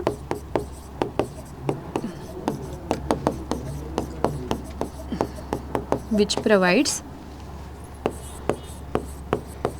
energy for mobility of sperms. Okay, next आहे आपला झोना पेलुसिडा. तर झोना पेलुसिडा एक फंक्शन नाही आहे, याचं बरेच सारे फंक्शन्स आहेत. सगळ्यात पहिले तर झोना पेलुसिडा ही प्रोटेक्टिव्ह कव्हरिंग आहे. कशावरची? सेकंडरी oocyteवरची. आता ही झोना पेलुसिडा ए सेल्युलर लेअर आहे. झोना पेलुसिडा सगळ्यात पहिले तर स्पर्मला आयडेंटिफाय करते. झोना पेलुसिडामध्ये फर्टिलायझिन नावाचं केमिकल प्रेझेंट आहे. स्पर्मवरती अँटी फर्टिलायझिन नावाचं केमिकल आहे. आणि ह्या दोन्हीमध्ये ज्या वेळेला कंपॅटिबिलिटी रिॲक्शन होईल त्यावेळेलाच स्पर्म हा oocyteला टच करू शकतो, त्याशिवाय त्याला ॲक्सेप्ट करता येणार नाही. मग zona pellucida it is responsible for fertilizin anti fertilizin reaction at the time of fertilization. सगळ्यात पहिला फंक्शन हा झाला. सेकंड फंक्शन झोना पेलुसिडाचा काय आहे? तर झोना पेलुसिडा oocyteची जशी प्रोटेक्टिव्ह कव्हरिंग आहे तशीच जायगोट तयार झाल्यानंतर त्या जायगोटसाठी सुद्धा ही प्रोटेक्टिव्ह कव्हरिंग म्हणून ॲक्ट करते. प्रोटेक्टिव्ह कव्हरिंग कशाला पाहिजे? जायगोट आपला फॉर्म झालेला आहे फॅलोपियन ट्यूबमध्ये, ओव्हिडक्टमध्ये. बट फॅलोपियन ट्यूबमध्ये आपल्याला इम्प्लांटेशन करून चालणार नाही. इम्प्लांटेशनसाठी त्याला कुठं आलं पाहिजे? युटेरसपर्यंत. मग युटेरसपर्यंत पोचेपर्यंत त्याची जे ट्रोफोब्लास्ट सेल्स आहेत त्यांना इथे तिथे कुठेही फॅलोपियन ट्यूबमध्ये इम्प्लांटेशन न होता किंवा तिथे चिटकायला नको हे एन्श्युअर करण्यासाठी तिथं झोना पेलुसिडा काम करते. आणखीन एक काम म्हणजे आफ्टर फर्टिलायझेशन झोना पेलुसिडा हार्ड बनून जाते आणि पॉलिस्पर्मी प्रिव्हेंट करते. मग झोना पेलुसिडाचे फंक्शन्स लिहूया आपण.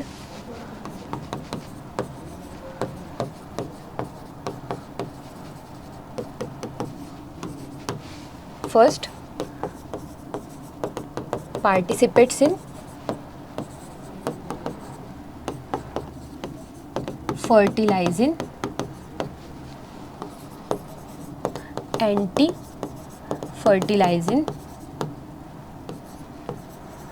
रिॲक्शन. जर फर्टिलायझिंग अँटी फर्टिलायझिंग मॅच झालं नाही, जर वेगवेगळ्या स्पीसीजचे गॅमेट्स तिथं मीट होत असतील तर तिथं फर्टिलायझेशन होणार नाही. त्यामुळे झोना पेलुसिडाचा रोल इथे खूप इम्पॉर्टंट आहे. Second function, it prevents polyspermy by hardening after one sperm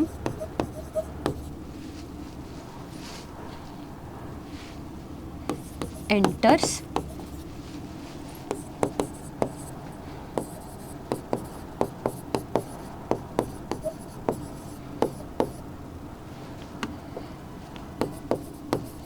the cytoplasm of ovum. दोन झाले फंक्शन. आणि थर्ड फंक्शन काय होतं आपलं झोना पेलुसिडाचं, तर zona pellucida prevents implantation of early embryo at the wrong place like fallopian tube. मग कुठे इम्प्लांटेशन झालं पाहिजे, फक्त युटेरसमध्ये. जर रॉंग साईडला कुठे इम्प्लांटेशन झालं तर त्याला काय म्हणणार आहे आपण, एक्टोपिक प्रेग्नन्सी. आणि एक्टोपिक प्रेग्नन्सी जास्त दिवस लास्ट करत नाही. ओके, त्यामुळे एक्टोपिक प्रेग्नन्सी प्रिव्हेंट करण्यासाठी आपल्याला कोण गरजेची आहे, persistence of zona pellucida.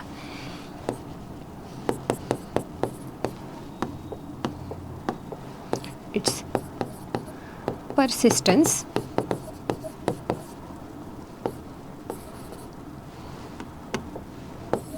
during cleavage prevents implantation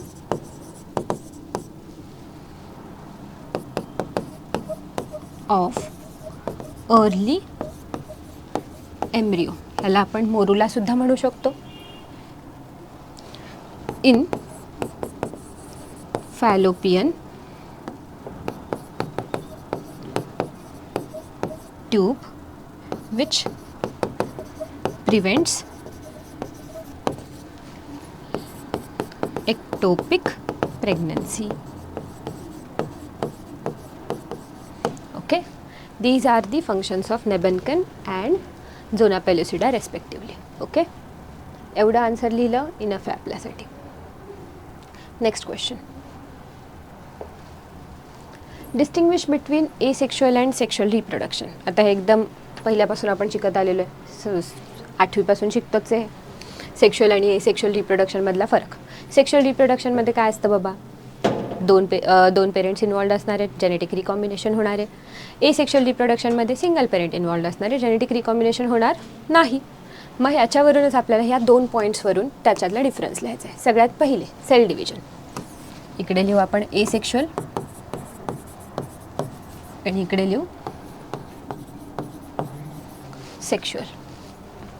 asexual रिप्रोडक्शनमध्ये कोणत्या टाईपची सेल डिव्हिजनमुळे एसेक्शुअल रिप्रोडक्शन पॉसिबल होतं आहे, आपल्याला इथे क्रोमोझोम नंबर चेंज नाही करायचे, काहीच नाही करायचं आहे. डायरेक्ट आहे तसे क्रोमोझोम्स पुढच्या जनरेशनमध्ये टाकायचे. मग इथे कोणती डिव्हिजन होणार आहे, मायटॉसिस इज रिस्पॉन्सिबल. आपलं आन्सर छोटं झालं तरी चालेल, पण आन्सरमध्ये की पॉईंट्स आले पाहिजेत. त्यामुळे छोट्या छोट्या लाईनमध्ये जरी तुम्ही आन्सर लिहिले बट त्याच्यामध्ये तुमचे की पॉईंट्स असले तरी तुम्हाला मार्क्स मिळणार आहेत. जास्त लिहित बसण्यापेक्षा की पॉईंट्स आले याचं महत्त्व. इकडे मात्र सेक्शुअल रिप्रोडक्शनमध्ये इथे काय करायला लागणार आहे, मेल आणि फिमेल पेरेंट्स दोघं पण इन्वॉल्ड आहेत. मेल पेरेंटमध्ये सुद्धा मेल पेरेंटकडून हाफ सेट ऑफ क्रोमोझोम येणार, फिमेल पेरेंटकडून हाफ सेट ऑफ क्रोमोझोम येणार आहे. मग आपले हे दोन्ही सेट मिळून, मॅटर्नल आणि पॅटर्नल सेट मिळून आपल्याकडं डिप्लॉईड कंडिशन तयार होते. मग सेक्शुअल रिप्रोडक्शनमध्ये काय होते, तर जे डिप्लॉईड कंडिशन आहे त्याला हॅप्लॉईड बनवलं जातं आहे आणि पुन्हा डिप्लॉईड बनवलं जातं आहे. मग इथे काय होते, meiosis is responsible for production of gametes. Okay, next आहे आपला सेकंड पॉईंट आहे, ए झाला हा. बी पॉईंट असणार आहे आपला genetic makeup. Genetic makeup asexual रिप्रोडक्शनमध्ये मेल फिमेल पेरेंट इन्वॉल्डच नाही, सिंगल पेरेंट इन्वॉल्ड आहे. जसं त्या पेरेंटचं जेनेटिक कंपोजिशन तसंच आपल्या नेक्स्ट जनरेशनचं सुद्धा जेनेटिक कंपोजिशन. हे जे आयडेंटिकल जेनेटिक कंपोजिशनवाले ऑफस्प्रिंग्स किंवा नेक्स्ट जनरेशन आपल्याला मिळणार आहे त्याला आपण काय म्हणणार आहे? क्लोन्स. मग इथे लिहून टाकू आपण, new generation is genetically identical to its parent generation. आणि ह्यांना आपण काय म्हणतो? They are called as clones.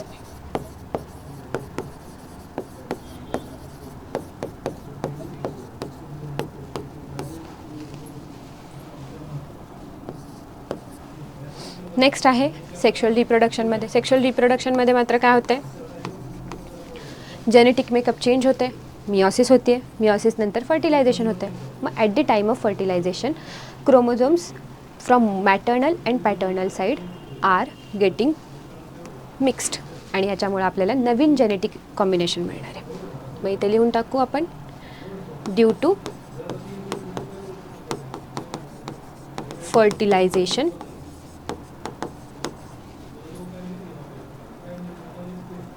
which involves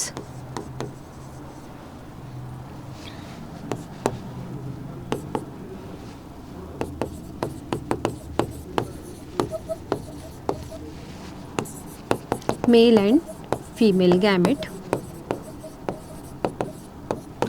New genetic combination is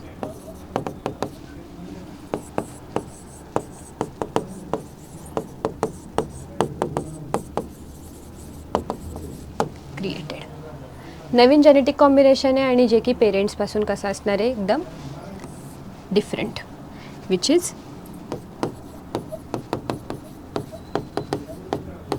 different from both mother and father. So this is it. याच्याने आपल्याला 2 मार्क्स इनफ आहेत. 2 marks मिळण्यासाठी एवढं कंटेंट खूप झालं आपल्याला. Next, with the help of suitable diagram describe the histology of testes. जशीच्या तशी डायग्राम आपण टेक्स्टबुकमधून घेतलेली आहे. सेम डायग्राम काढायची आपल्याला. जास्तीत जास्त लेबलिंग तुम्ही याच्यातले लक्षात ठेवा. आता ह्याचं डिस्क्रिप्शन पण आपल्याला लिहायचं आहे. डिस्क्रिप्शन कसं लिहिणार? तर ह्याच्यामध्ये आपल्याला दिसतं आहे की इथे आपण एक हिस्टॉलॉजिकल स्लाईड जशी दिसणार आहे आपल्याला त्या प्रकारची आपण इथे डायग्राम काढलेली आहे. आपल्याला विचारली हिस्टॉलॉजी ऑफ टेस्टीज. हिस्टॉलॉजी ऑफ टेस्टीजमध्ये सगळ्यात पहिले तर आपण लिहू, आपण चालू करूयात, प्रोटेक्टिव्ह कवरिंग्स. कोणती प्रोटेक्टिव्ह कवरिंग आपल्याला इथे दिसते? इथे आहे ट्युनिका अल्ब्युजिनिया. बरं, एकच प्रोटेक्टिव्ह कवरिंग आहे का टेस्टीजला? नाही, 3. मग सगळ्यात पहिले तर ट्युनिका वजायनालिस. सेकंड आहे ट्युनिका अल्ब्युजिनिया आणि थर्ड आहे ट्युनिका व्हॅस्क्युलरिस. NCERTमध्ये जरी हे नावं दिलेली नसतील तरी स्टेट बोर्डमध्ये आपल्याला हे दिलेले आहे, ते आपल्याला लिहायला लागणार आहे. This is outermost, this is middle and this is innermost. Vascularis नावावरूनच कळते, खूप जास्त रिच ब्लड सप्लाय याला मिळतोय. आता ही जी ट्युनिका अल्ब्युजिनिया इथं जी दिसते आपल्याला, ही काय करते? आतमध्ये इनफोल्डिंग्स करते आणि टेस्टीजला, प्रत्येक टेस्टीजला खूप साऱ्या लोब्युल्समध्ये डिवाईड करते. आपल्याला NCERTमध्ये काही डेटा डिफरंट दिलेला आहे, आपण इथं HSC बोर्डचा डेटा वापरतोय. HSC बोर्डच्या टेक्स्टबुकमध्ये दिलेलं आहे आपल्याला tunica albuginea creates infoldings which leads to the formation of multiple lobules, 200 to 300 lobules. प्रत्येक लोब्युलमध्ये 1 ते 4 सेमिनिफेरस ट्युब्युल्स असणार आहेत. Again this data is given in HSC board textbook. Okay, नीटसाठी हा फॉलो करायचा नाही. नंतर सेमिनिफेरस ट्युब्युल्स. आता सेमिनिफेरस ट्युब्युल्सच्या बाहेर पण काही स्पेस आहे ज्याला आपण म्हणतो इंटरस्टिशियल स्पेस. मग आपण त्याबद्दल लिहूया इथे. Testicular lobules 200 to 300. Each lobule has 1 to 4 seminiferous tubules. पुढे जाऊ. इकडे त्याच क्वेश्चनचा आन्सर आपण पुढे कंटिन्यू करूया. Space between seminiferous tubules is called as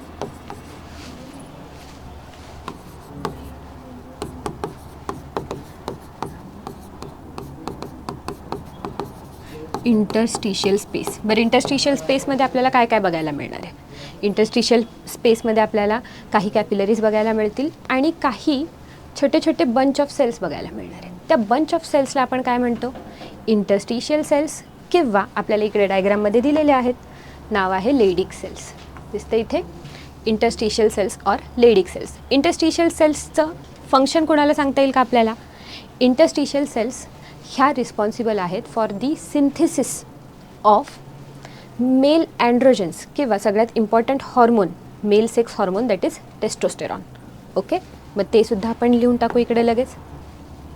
interstitial space. This space has blood capillaries and interstitial cells. और इंटरस्टिशियल सेल्सला दुसरं नाव काय सांगितलं होतं आपण? और लेडिक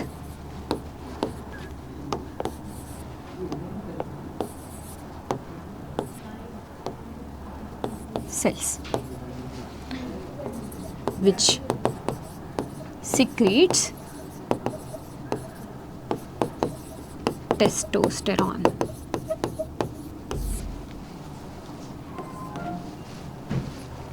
ओके, इथपर्यंत क्लिअर झालं आपल्याला. नेक्स्ट, हे झालं बाबा इंटरस्टिशियल स्पेसमधलं. आता आतमध्ये सेमिनिफेरस ट्युब्युल्सच्या आतमध्ये आपण डायग्राम रेफर करू आधी. सेमिनिफेरस ट्युब्युल्सच्या आतमध्ये आपल्याला वेगवेगळ्या टाईपच्या सेल्स बघायला मिळतात. सगळ्यात पहिले तर सेमिनिफेरस ट्युब्युल्सची वॉल जी आहे त्याला लायनिंग आहे. कोणत्या टाईपच्या सेल्स आहेत त्या लायनिंगमध्ये? तर एक आहे germinal epithelium. Germinal epithelium is of cuboidal type. Okay, आणि दुसऱ्या त्याच्या मध्येच इथं दिसते आपल्याला ह्या ज्या सेल्स आहेत ह्या आहेत जर्मायनल इपिथिलियमच्या सेल्स. आणि त्या जर्मायनल इपिथिलियमच्या सेल्सच्या मध्येच काही पिरॅमिडल सेल्स प्रेझेंट आहेत. त्या पिरॅमिडल सेल्सलाच आपण म्हणतो सर्टोली सेल्स किंवा सस्टेंटॅक्युलर सेल्स. ओके, मग आपण त्याबद्दल सुद्धा मेन्शन करूया. लिहून टाकू.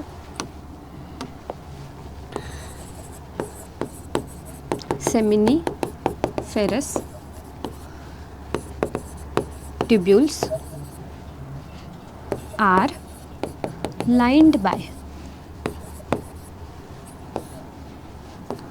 first germinal epithelium.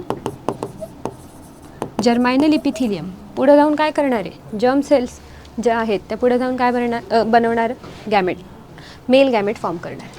आता ह्यांच्यामध्ये मिओसिस होणार आहे. ह्या आहेत डिप्लॉइड. जर्मायनल इपिथिलियम कोणत्या टाईपचं आहे? डिप्लॉइड. आणि क्युबॉइडल सेल्स. ओके, काय फंक्शन करतायत germinal epithelium? Undergo meiosis to form spermatozoa. Okay, आणि सेकंड टाईपच्या सेल्स कोणत्या आहेत इथे आपल्याला? सर्टोली सेल्स, किंवा दुसरं नाव कोणतं सांगितलेलं मी? सस्टेंटॅक्युलर सेल्स. आपण जर इकडे बघत असू तर इथे आपल्याला दिसतंय की बरेच सारे स्पर्म्स त्या सर्टोली सेल्सला जाऊन अटॅच झालेले आहेत. त्यांचं हेड सर्टोली सेल्समध्ये आतमध्ये एम्बेड झालेलं आहे. काय करत असतील स्पर्म्स तिथे? त्यांच्यापासून नरिशमेंट घेतात आणि ह्या नरिशमेंटमुळे त्यांची पुढे डेव्हलपमेंट होते. मग सस्टेंटेक्युलर सेल्स किंवा सर्टोली सेल्सचं दुसरं फंक्शन काय असणार? Responsible for nourishment of spermatozoa. नुसतं स्पर्म म्हणलं तरी सुद्धा चालेल. ओके, हे झाले आपल्या टेस्टीजचं एक ब्रीफ हिस्टॉलॉजिकल डायग्राम आणि त्याचं डिस्क्रिप्शन. ओके, काय काय लिहायचं आहे आपल्याला? तर इथे सेमिनिफेरस ट्युब्युल्सची डायग्राम काढायची आहे. त्याच्यामध्ये इंटरस्टिशियल स्पेसमधल्या इंटरस्टिशियल सेल्स किंवा लेडिक सेल्स दाखवायच्यात. त्यांचं फंक्शन लिहायचं आहे. प्रत्येक सेल जी जी दिसते आपल्याला त्याचं फंक्शन लिहायचं आहे. त्यानंतर ट्युनिका अल्बिजिनिया दिसते आपल्याला ह्या डायग्राममध्ये, त्याचंसुद्धा फंक्शन लिहायचं आहे. It is a protective covering. त्याच्या व्यतिरिक्त आणखीन 2 प्रोटेक्टिव्ह कवरिंग कोणत्या? Tunica vaginalis which is outer but it is incomplete layer. You have to remember this. And again tunica vascularis which is a most vascular layer, म्हणजेच खूप जास्त प्रमाणात तिथं blood capillaries present असणार आहे. ओके, नाव आणखीन याच्यामध्ये आपण डिस्क्रिप्शनमध्ये देऊ शकतो की स्पर्मॅटोजेनेसिसच्या वेरियस स्टेजेस आपल्याला सेमिनिफेरस ट्युब्युल्सच्या आतमध्ये बघायला मिळतात. मग त्याच्यामध्ये स्पर्मॅटोगोनिया बघायला मिळतात ज्या की डिप्लॉइड सेल्स आहेत. नंतर प्रायमरी स्पर्मॅटोसाईट, सेकंडरी स्पर्मॅटोसाईट आणि त्यानंतर spermatid and last stage of spermatogenesis that is spermatozoa किंवा स्पर्म सेल्स. आणि त्या स्पर्म सेल्सला आपल्याला डिस्टिंग्विश करू शकतो आपण, त्यांच्यामध्ये टेल लाईक स्ट्रक्चर प्रेझेंट आहे. Okay, next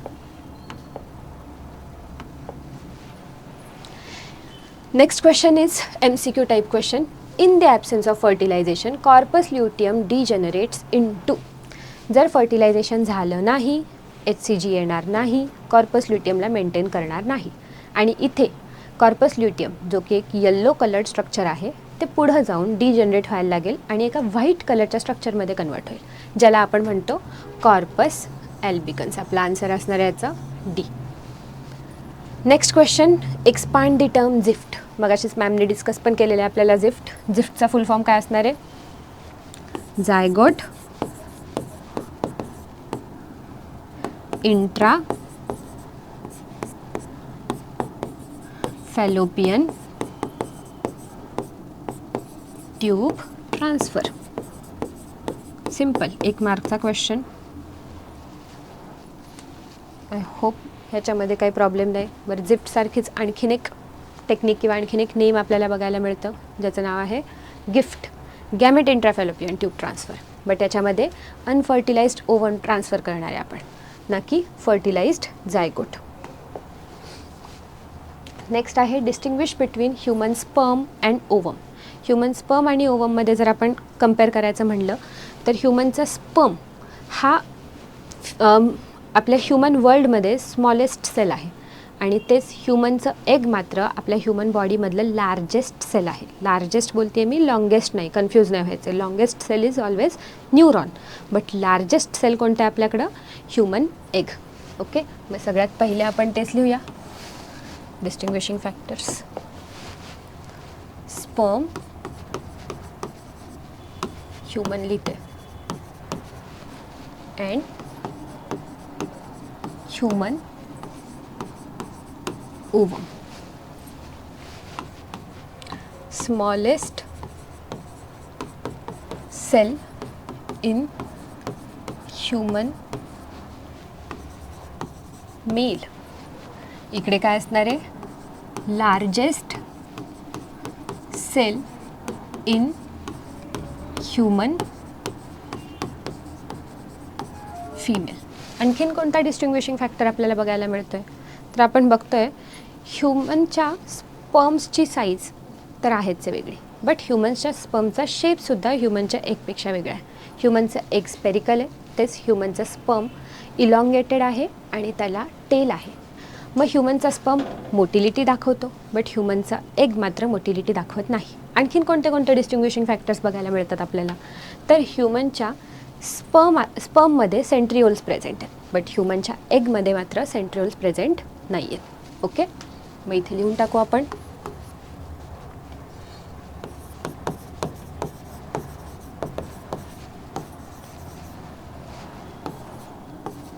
elongated cell and spherical cell. नंतर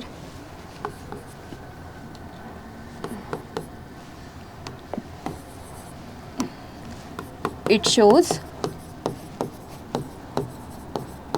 motility, it is non-motile.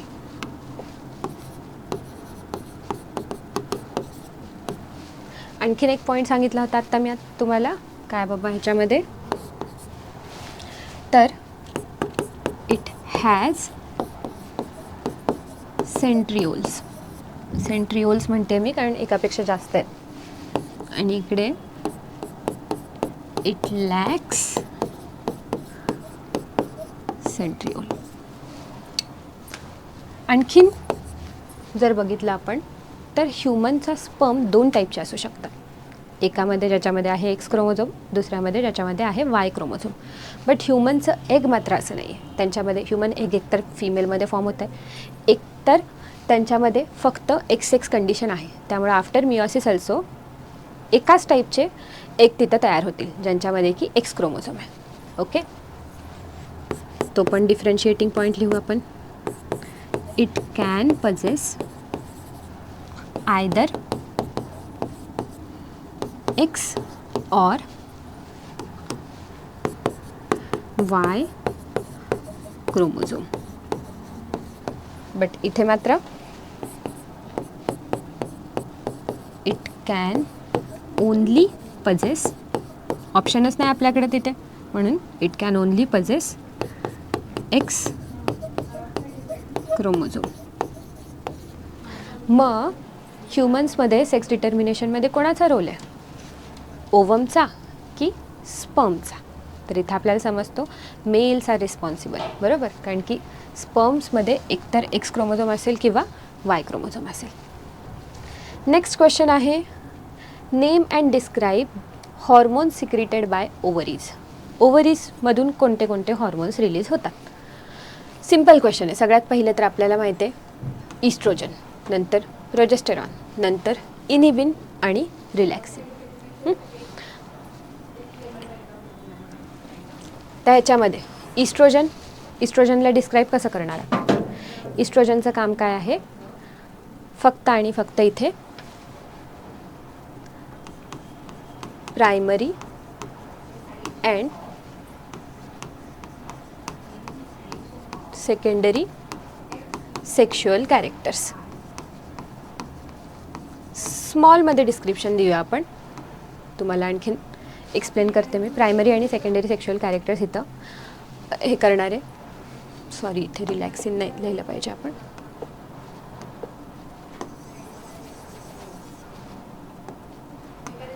Oestrogen, primary and secondary sexual character. आपल्या फिमेलच्या बॉडीमध्ये इस्ट्रोजनचा खूप जास्त इम्पॉर्टन्स म्हणजे सेकंडरी सेक्शुअल कॅरेक्टर्स डेव्हलप होत आहेत during the pubertal changes. Okay, आणखीन सेक्शुअल हॅबिट्स किंवा लिबिडो ज्याला आपण म्हणतो त्यासाठी सुद्धा कोण रिस्पॉन्सिबल आहे? Oestrogen responsible. इथे लिहून टाकते मी शॉर्टमध्ये लिबिडो. ओके, नंतर आणखीन सेकंडरी सेक्शुअल कॅरेक्टर्समध्ये काय काय येतात? तर ब्रेस्ट डेव्हलपमेंट होते, परत व्हॉइस चेंजेस येत आहेत, आणि हे सगळ्या गोष्टी कोणाच्या इन्फ्लुएन्समध्ये होणार आहेत? इस्ट्रोजनच्या इन्फ्लुएन्समध्ये. इवन ड्युरिंग मेन्स्ट्रुअल सायकल जी आपली 4 फेजेसमध्ये मॅमने आपल्याला एक्सप्लेन केली, त्याच्यामध्ये सुद्धा इस्ट्रोजन हा सायक्लिक चेंजेससाठी रिस्पॉन्सिबल आहे. आणि इस्ट्रोजनमुळे प्रोलिफरेशन ऑफ युटेराईन लायनिंग होते. ओके, तिथे सुद्धा युटेरसमध्ये इस्ट्रोजन रोल प्ले करतो आहे. नेक्स्ट आहे प्रोजेस्ट्रॉनचे सुद्धा बरेच सारे फंक्शन्स आहेत, मल्टिपल फंक्शन्स आहेत. प्रोजेस्ट्रॉनला आपण म्हणतो प्रेग्नन्सी हॉर्मोन. का? प्रेग्नन्सीमध्ये खूप जास्त इम्पॉर्टंट रोल प्ले करतो आहे. काय रोल आहे प्रेग्नन्सीमध्ये प्रोजेस्ट्रॉनचा? तर इथे progesterone endometrial lining is maintained.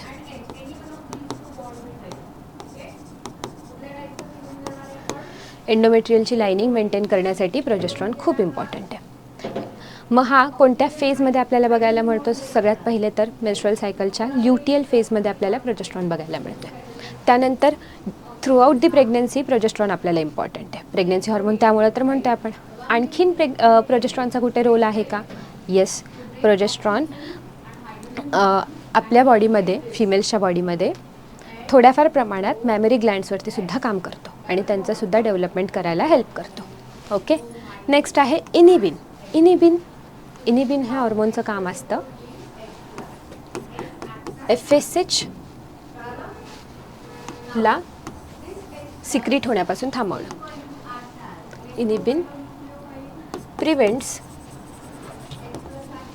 Secretion of FSH. काय FSHचं सिक्रेशन थांबवायचं आपल्याला? FSHचं फुल फॉर्म सांगा बरं. Follicular stimulating hormone. फॉलिक्युल्सचं स्टिम्युलेशन ल्युटियल फेजमध्ये नको व्हायला, यासाठी तिथं FSH हॉर्मोनचं सिक्रेशन थांबवलं पाहिजे. त्यामुळं इनिबिन काय करतो? FSH हॉर्मोनचं सिक्रेशन थांबवतो, जेणेकरून ल्युटियल फेजमध्ये फॉलिकल्स डेव्हलप व्हायला चालू होणार नाही. आणि हे झाले आपले ओव्हॅरियन हॉर्मोन्स. नेक्स्ट इयर 2025, अगदी रिसेंटचे क्वेश्चन्स येतात आहे. पुन्हा MCQ आपण बघतोय की या चॅप्टरमधून MCQ, 1 लायनर, 2 मार्क्सचे क्वेश्चन्स, 4 मार्क्सचे क्वेश्चन्स, सगळ्या टाईपचे क्वेश्चन्स ह्याच्यामध्ये आपल्याला बघायला मिळतात. आपल्याला हा चॅप्टर परफेक्ट केलाच पाहिजे. Next question, part of the sperm containing enzyme for the penetration of corona radiata is. Part of the स्पर्मची डायग्राम आपल्याला दिसते इकडे. कोणता पार्ट आहे जो कोरोना रेडिएटाला पेनिट्रेट करण्यासाठी हेल्प करणार आहे? कोरोना रेडिएटाला पेनिट्रेट करण्यासाठीचे एन्झाईम्स आपल्या ॲक्रोझममध्ये प्रेझेंट असतात. मग ॲक्रोझम कोणत्या पार्टमध्ये प्रेझेंट आहे? हेडमध्ये, नेकमध्ये, मिडल पीसमध्ये की टेलमध्ये? आपल्याला बघायला मिळतं इथं कशामध्ये आहेत प्रेझेंट ॲक्रोझोम? हेडमध्ये. बरं, ॲक्रोझोम कशापासून फॉर्म झालेलं आहे? गोल्गी बॉडीपासून फॉर्म झालेलं आहे, जेणेकरून त्याच्यामध्ये डिफरंट टाईपचे हायड्रोलायटिक एन्झाईम्स प्रेझेंट आहेत. हायड्रोलायटिक एन्झाईमची नावंसुद्धा आपल्याला सांगितलेत मॅमने. कोणते कोणते? हायलोरॉनिडेज, परत झोनालायसिन एन्झाईम्स आणि कोरोना रेडिएटा पेनिट्रेटिंग एन्झाईम्स किंवा corona penetrating enzyme. Next question, question number 2 of 2025. Which germinal layer produce the following structures? 2 मार्क्ससाठी क्वेश्चन आलेलं आहे. मगाशी पण आपण हा चार्ट रेफर केलेला आहे. कोणते कोणते स्ट्रक्चर विचारलेत आपल्याला? युस्टिशियन ट्यूब. युस्टिशियन ट्यूब कोण फॉर्म करणारे ते लिहून टाकते मी.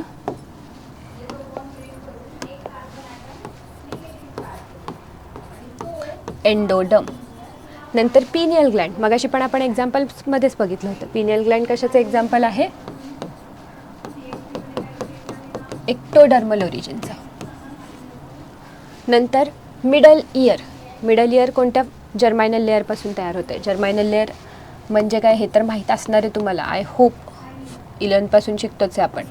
हे आहे मिझोडर्मल ओरिजिन. आणि lining of middle year.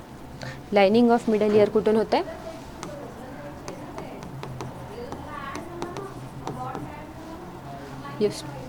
Lining of middle year जे आहे, लायनिंग ऑफ मिडल इयर इथूनच युस्टेशियन ट्यूबसुद्धा तयार होते बाय द वे. त्यामुळं इथे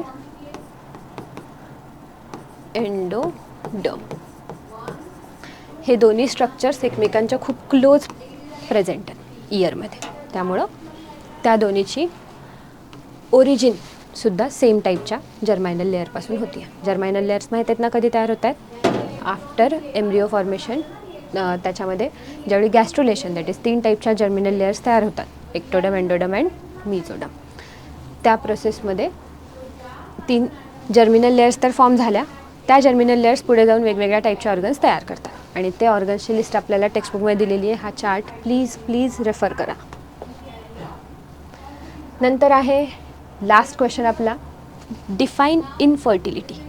इनफर्टिलिटी आता तसं बघायला गेलं तर हा आहे रिप्रोडक्टिव्ह हेल्थशी रिलेटेड क्वेश्चन. इनफर्टिलिटी कशाला म्हणणार आहे आपण? इनफर्टिलिटी कशामुळं इनफर्टिलिटी होऊ शकते? तर डेफिनेशन आपल्याला टेक्स्टबुकमध्ये दिलेली आहे.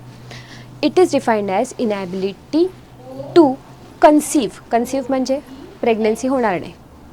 Inability to conceive naturally after 1 year of unprotected sexual intercourse. 1 वर्षापर्यंत जरी अनप्रोटेक्टेड सेक्शुअल इंटरकोर्स केला तरीसुद्धा तिथं कन्सीव्ह होत नाही आहे, प्रेग्नन्सी कन्फर्म होत नाही आहे, त्या सिच्युएशनला आपण म्हणतो इन्फर्टिलिटी. बरं, याचे reasons, various types of reasons असू शकतात. ह्याच्यामध्ये reasons could be कंजनायटल,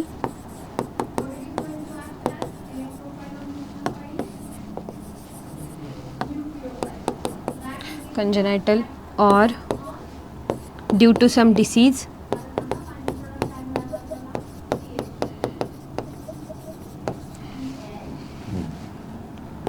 or due to psychological reasons,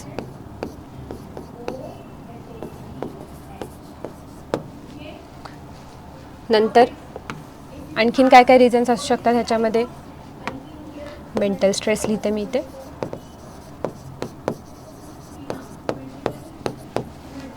stressful कंडिशन्समध्ये फक्त स्ट्रेसमुळे सुद्धा किंवा स्ट्रेसशी रिलेटेड जर कोणते मेडिकेशन्स घेत असतील तर त्याच्यामुळे सुद्धा इथे कन्सीव्ह होण्यामध्ये प्रॉब्लेम होऊ शकतो. मेल्समध्ये जर कोणतं डिसीज कंडिशन किंवा क्रॉनिक स्मोकर वगैरे असेल तर त्यांच्यामध्ये स्पर्म काउंट, स्पर्म मोबिलिटी कमी असते आणि त्यावेळीसुद्धा प्रेग्नन्सी राहणार नाही. प्रत्येक वेळेस फिमेलमध्येच प्रॉब्लेम असेल असं नाही, बट स्पर्म काउंट जो की मेलचा खूप इम्पॉर्टंट फॅक्टर आहे तो सुद्धा असेल तर तिथे प्रेग्नन्सी होण्यापासून थांबते. किंवा फिमेल्सला जर PCOS, एंडोमेट्रोसिस अशा कोणत्या कंडिशन्स असतील तरीसुद्धा तिथे इन्फर्टिलिटी आपल्याला बघायला मिळते. याच्यावरती आपण सोल्युशन्स काढलेले आहेत 8 असिस्टेड रिप्रोडक्टिव्ह टेक्नॉलॉजीज, बरोबर. त्याच्याबद्दलसुद्धा आपण डिस्कस केलेलं आहे मगाशी. मग हे इन्फर्टिलिटी आणि त्याचे रिझन्स आपण बघितले. सगळे PYQs आपण डिस्कस केलेले आहेत. याच्या व्यतिरिक्तसुद्धा बरेच सारे क्वेश्चन्स इम्पॉर्टंट आहेत जे तुम्ही आणखीनही क्वेश्चन्स टेक्स्टबुकमध्ये वाचून प्रॅक्टिस करू शकता. अशाच प्रकारे आपण पुढच्या बाकीच्या चॅप्टर्सची सुद्धा आपण रिव्हिजन करत राहणार आहे. कोणत्या चॅप्टरची रिव्हिजन तुम्हाला खूप जास्त इम्पॉर्टंट वाटते त्याचे नावं कमेंट सेक्शनमध्ये टाकून द्या. आपण पुढे सुद्धा याचं प्रॅक्टिस करत राहणार आहे. आणि लाईक करा, शेअर करा, सगळ्या फ्रेंड्सला तुमच्या ह्याचा फायदा होऊ द्या आणि stay tune. Thank you. Bye bye.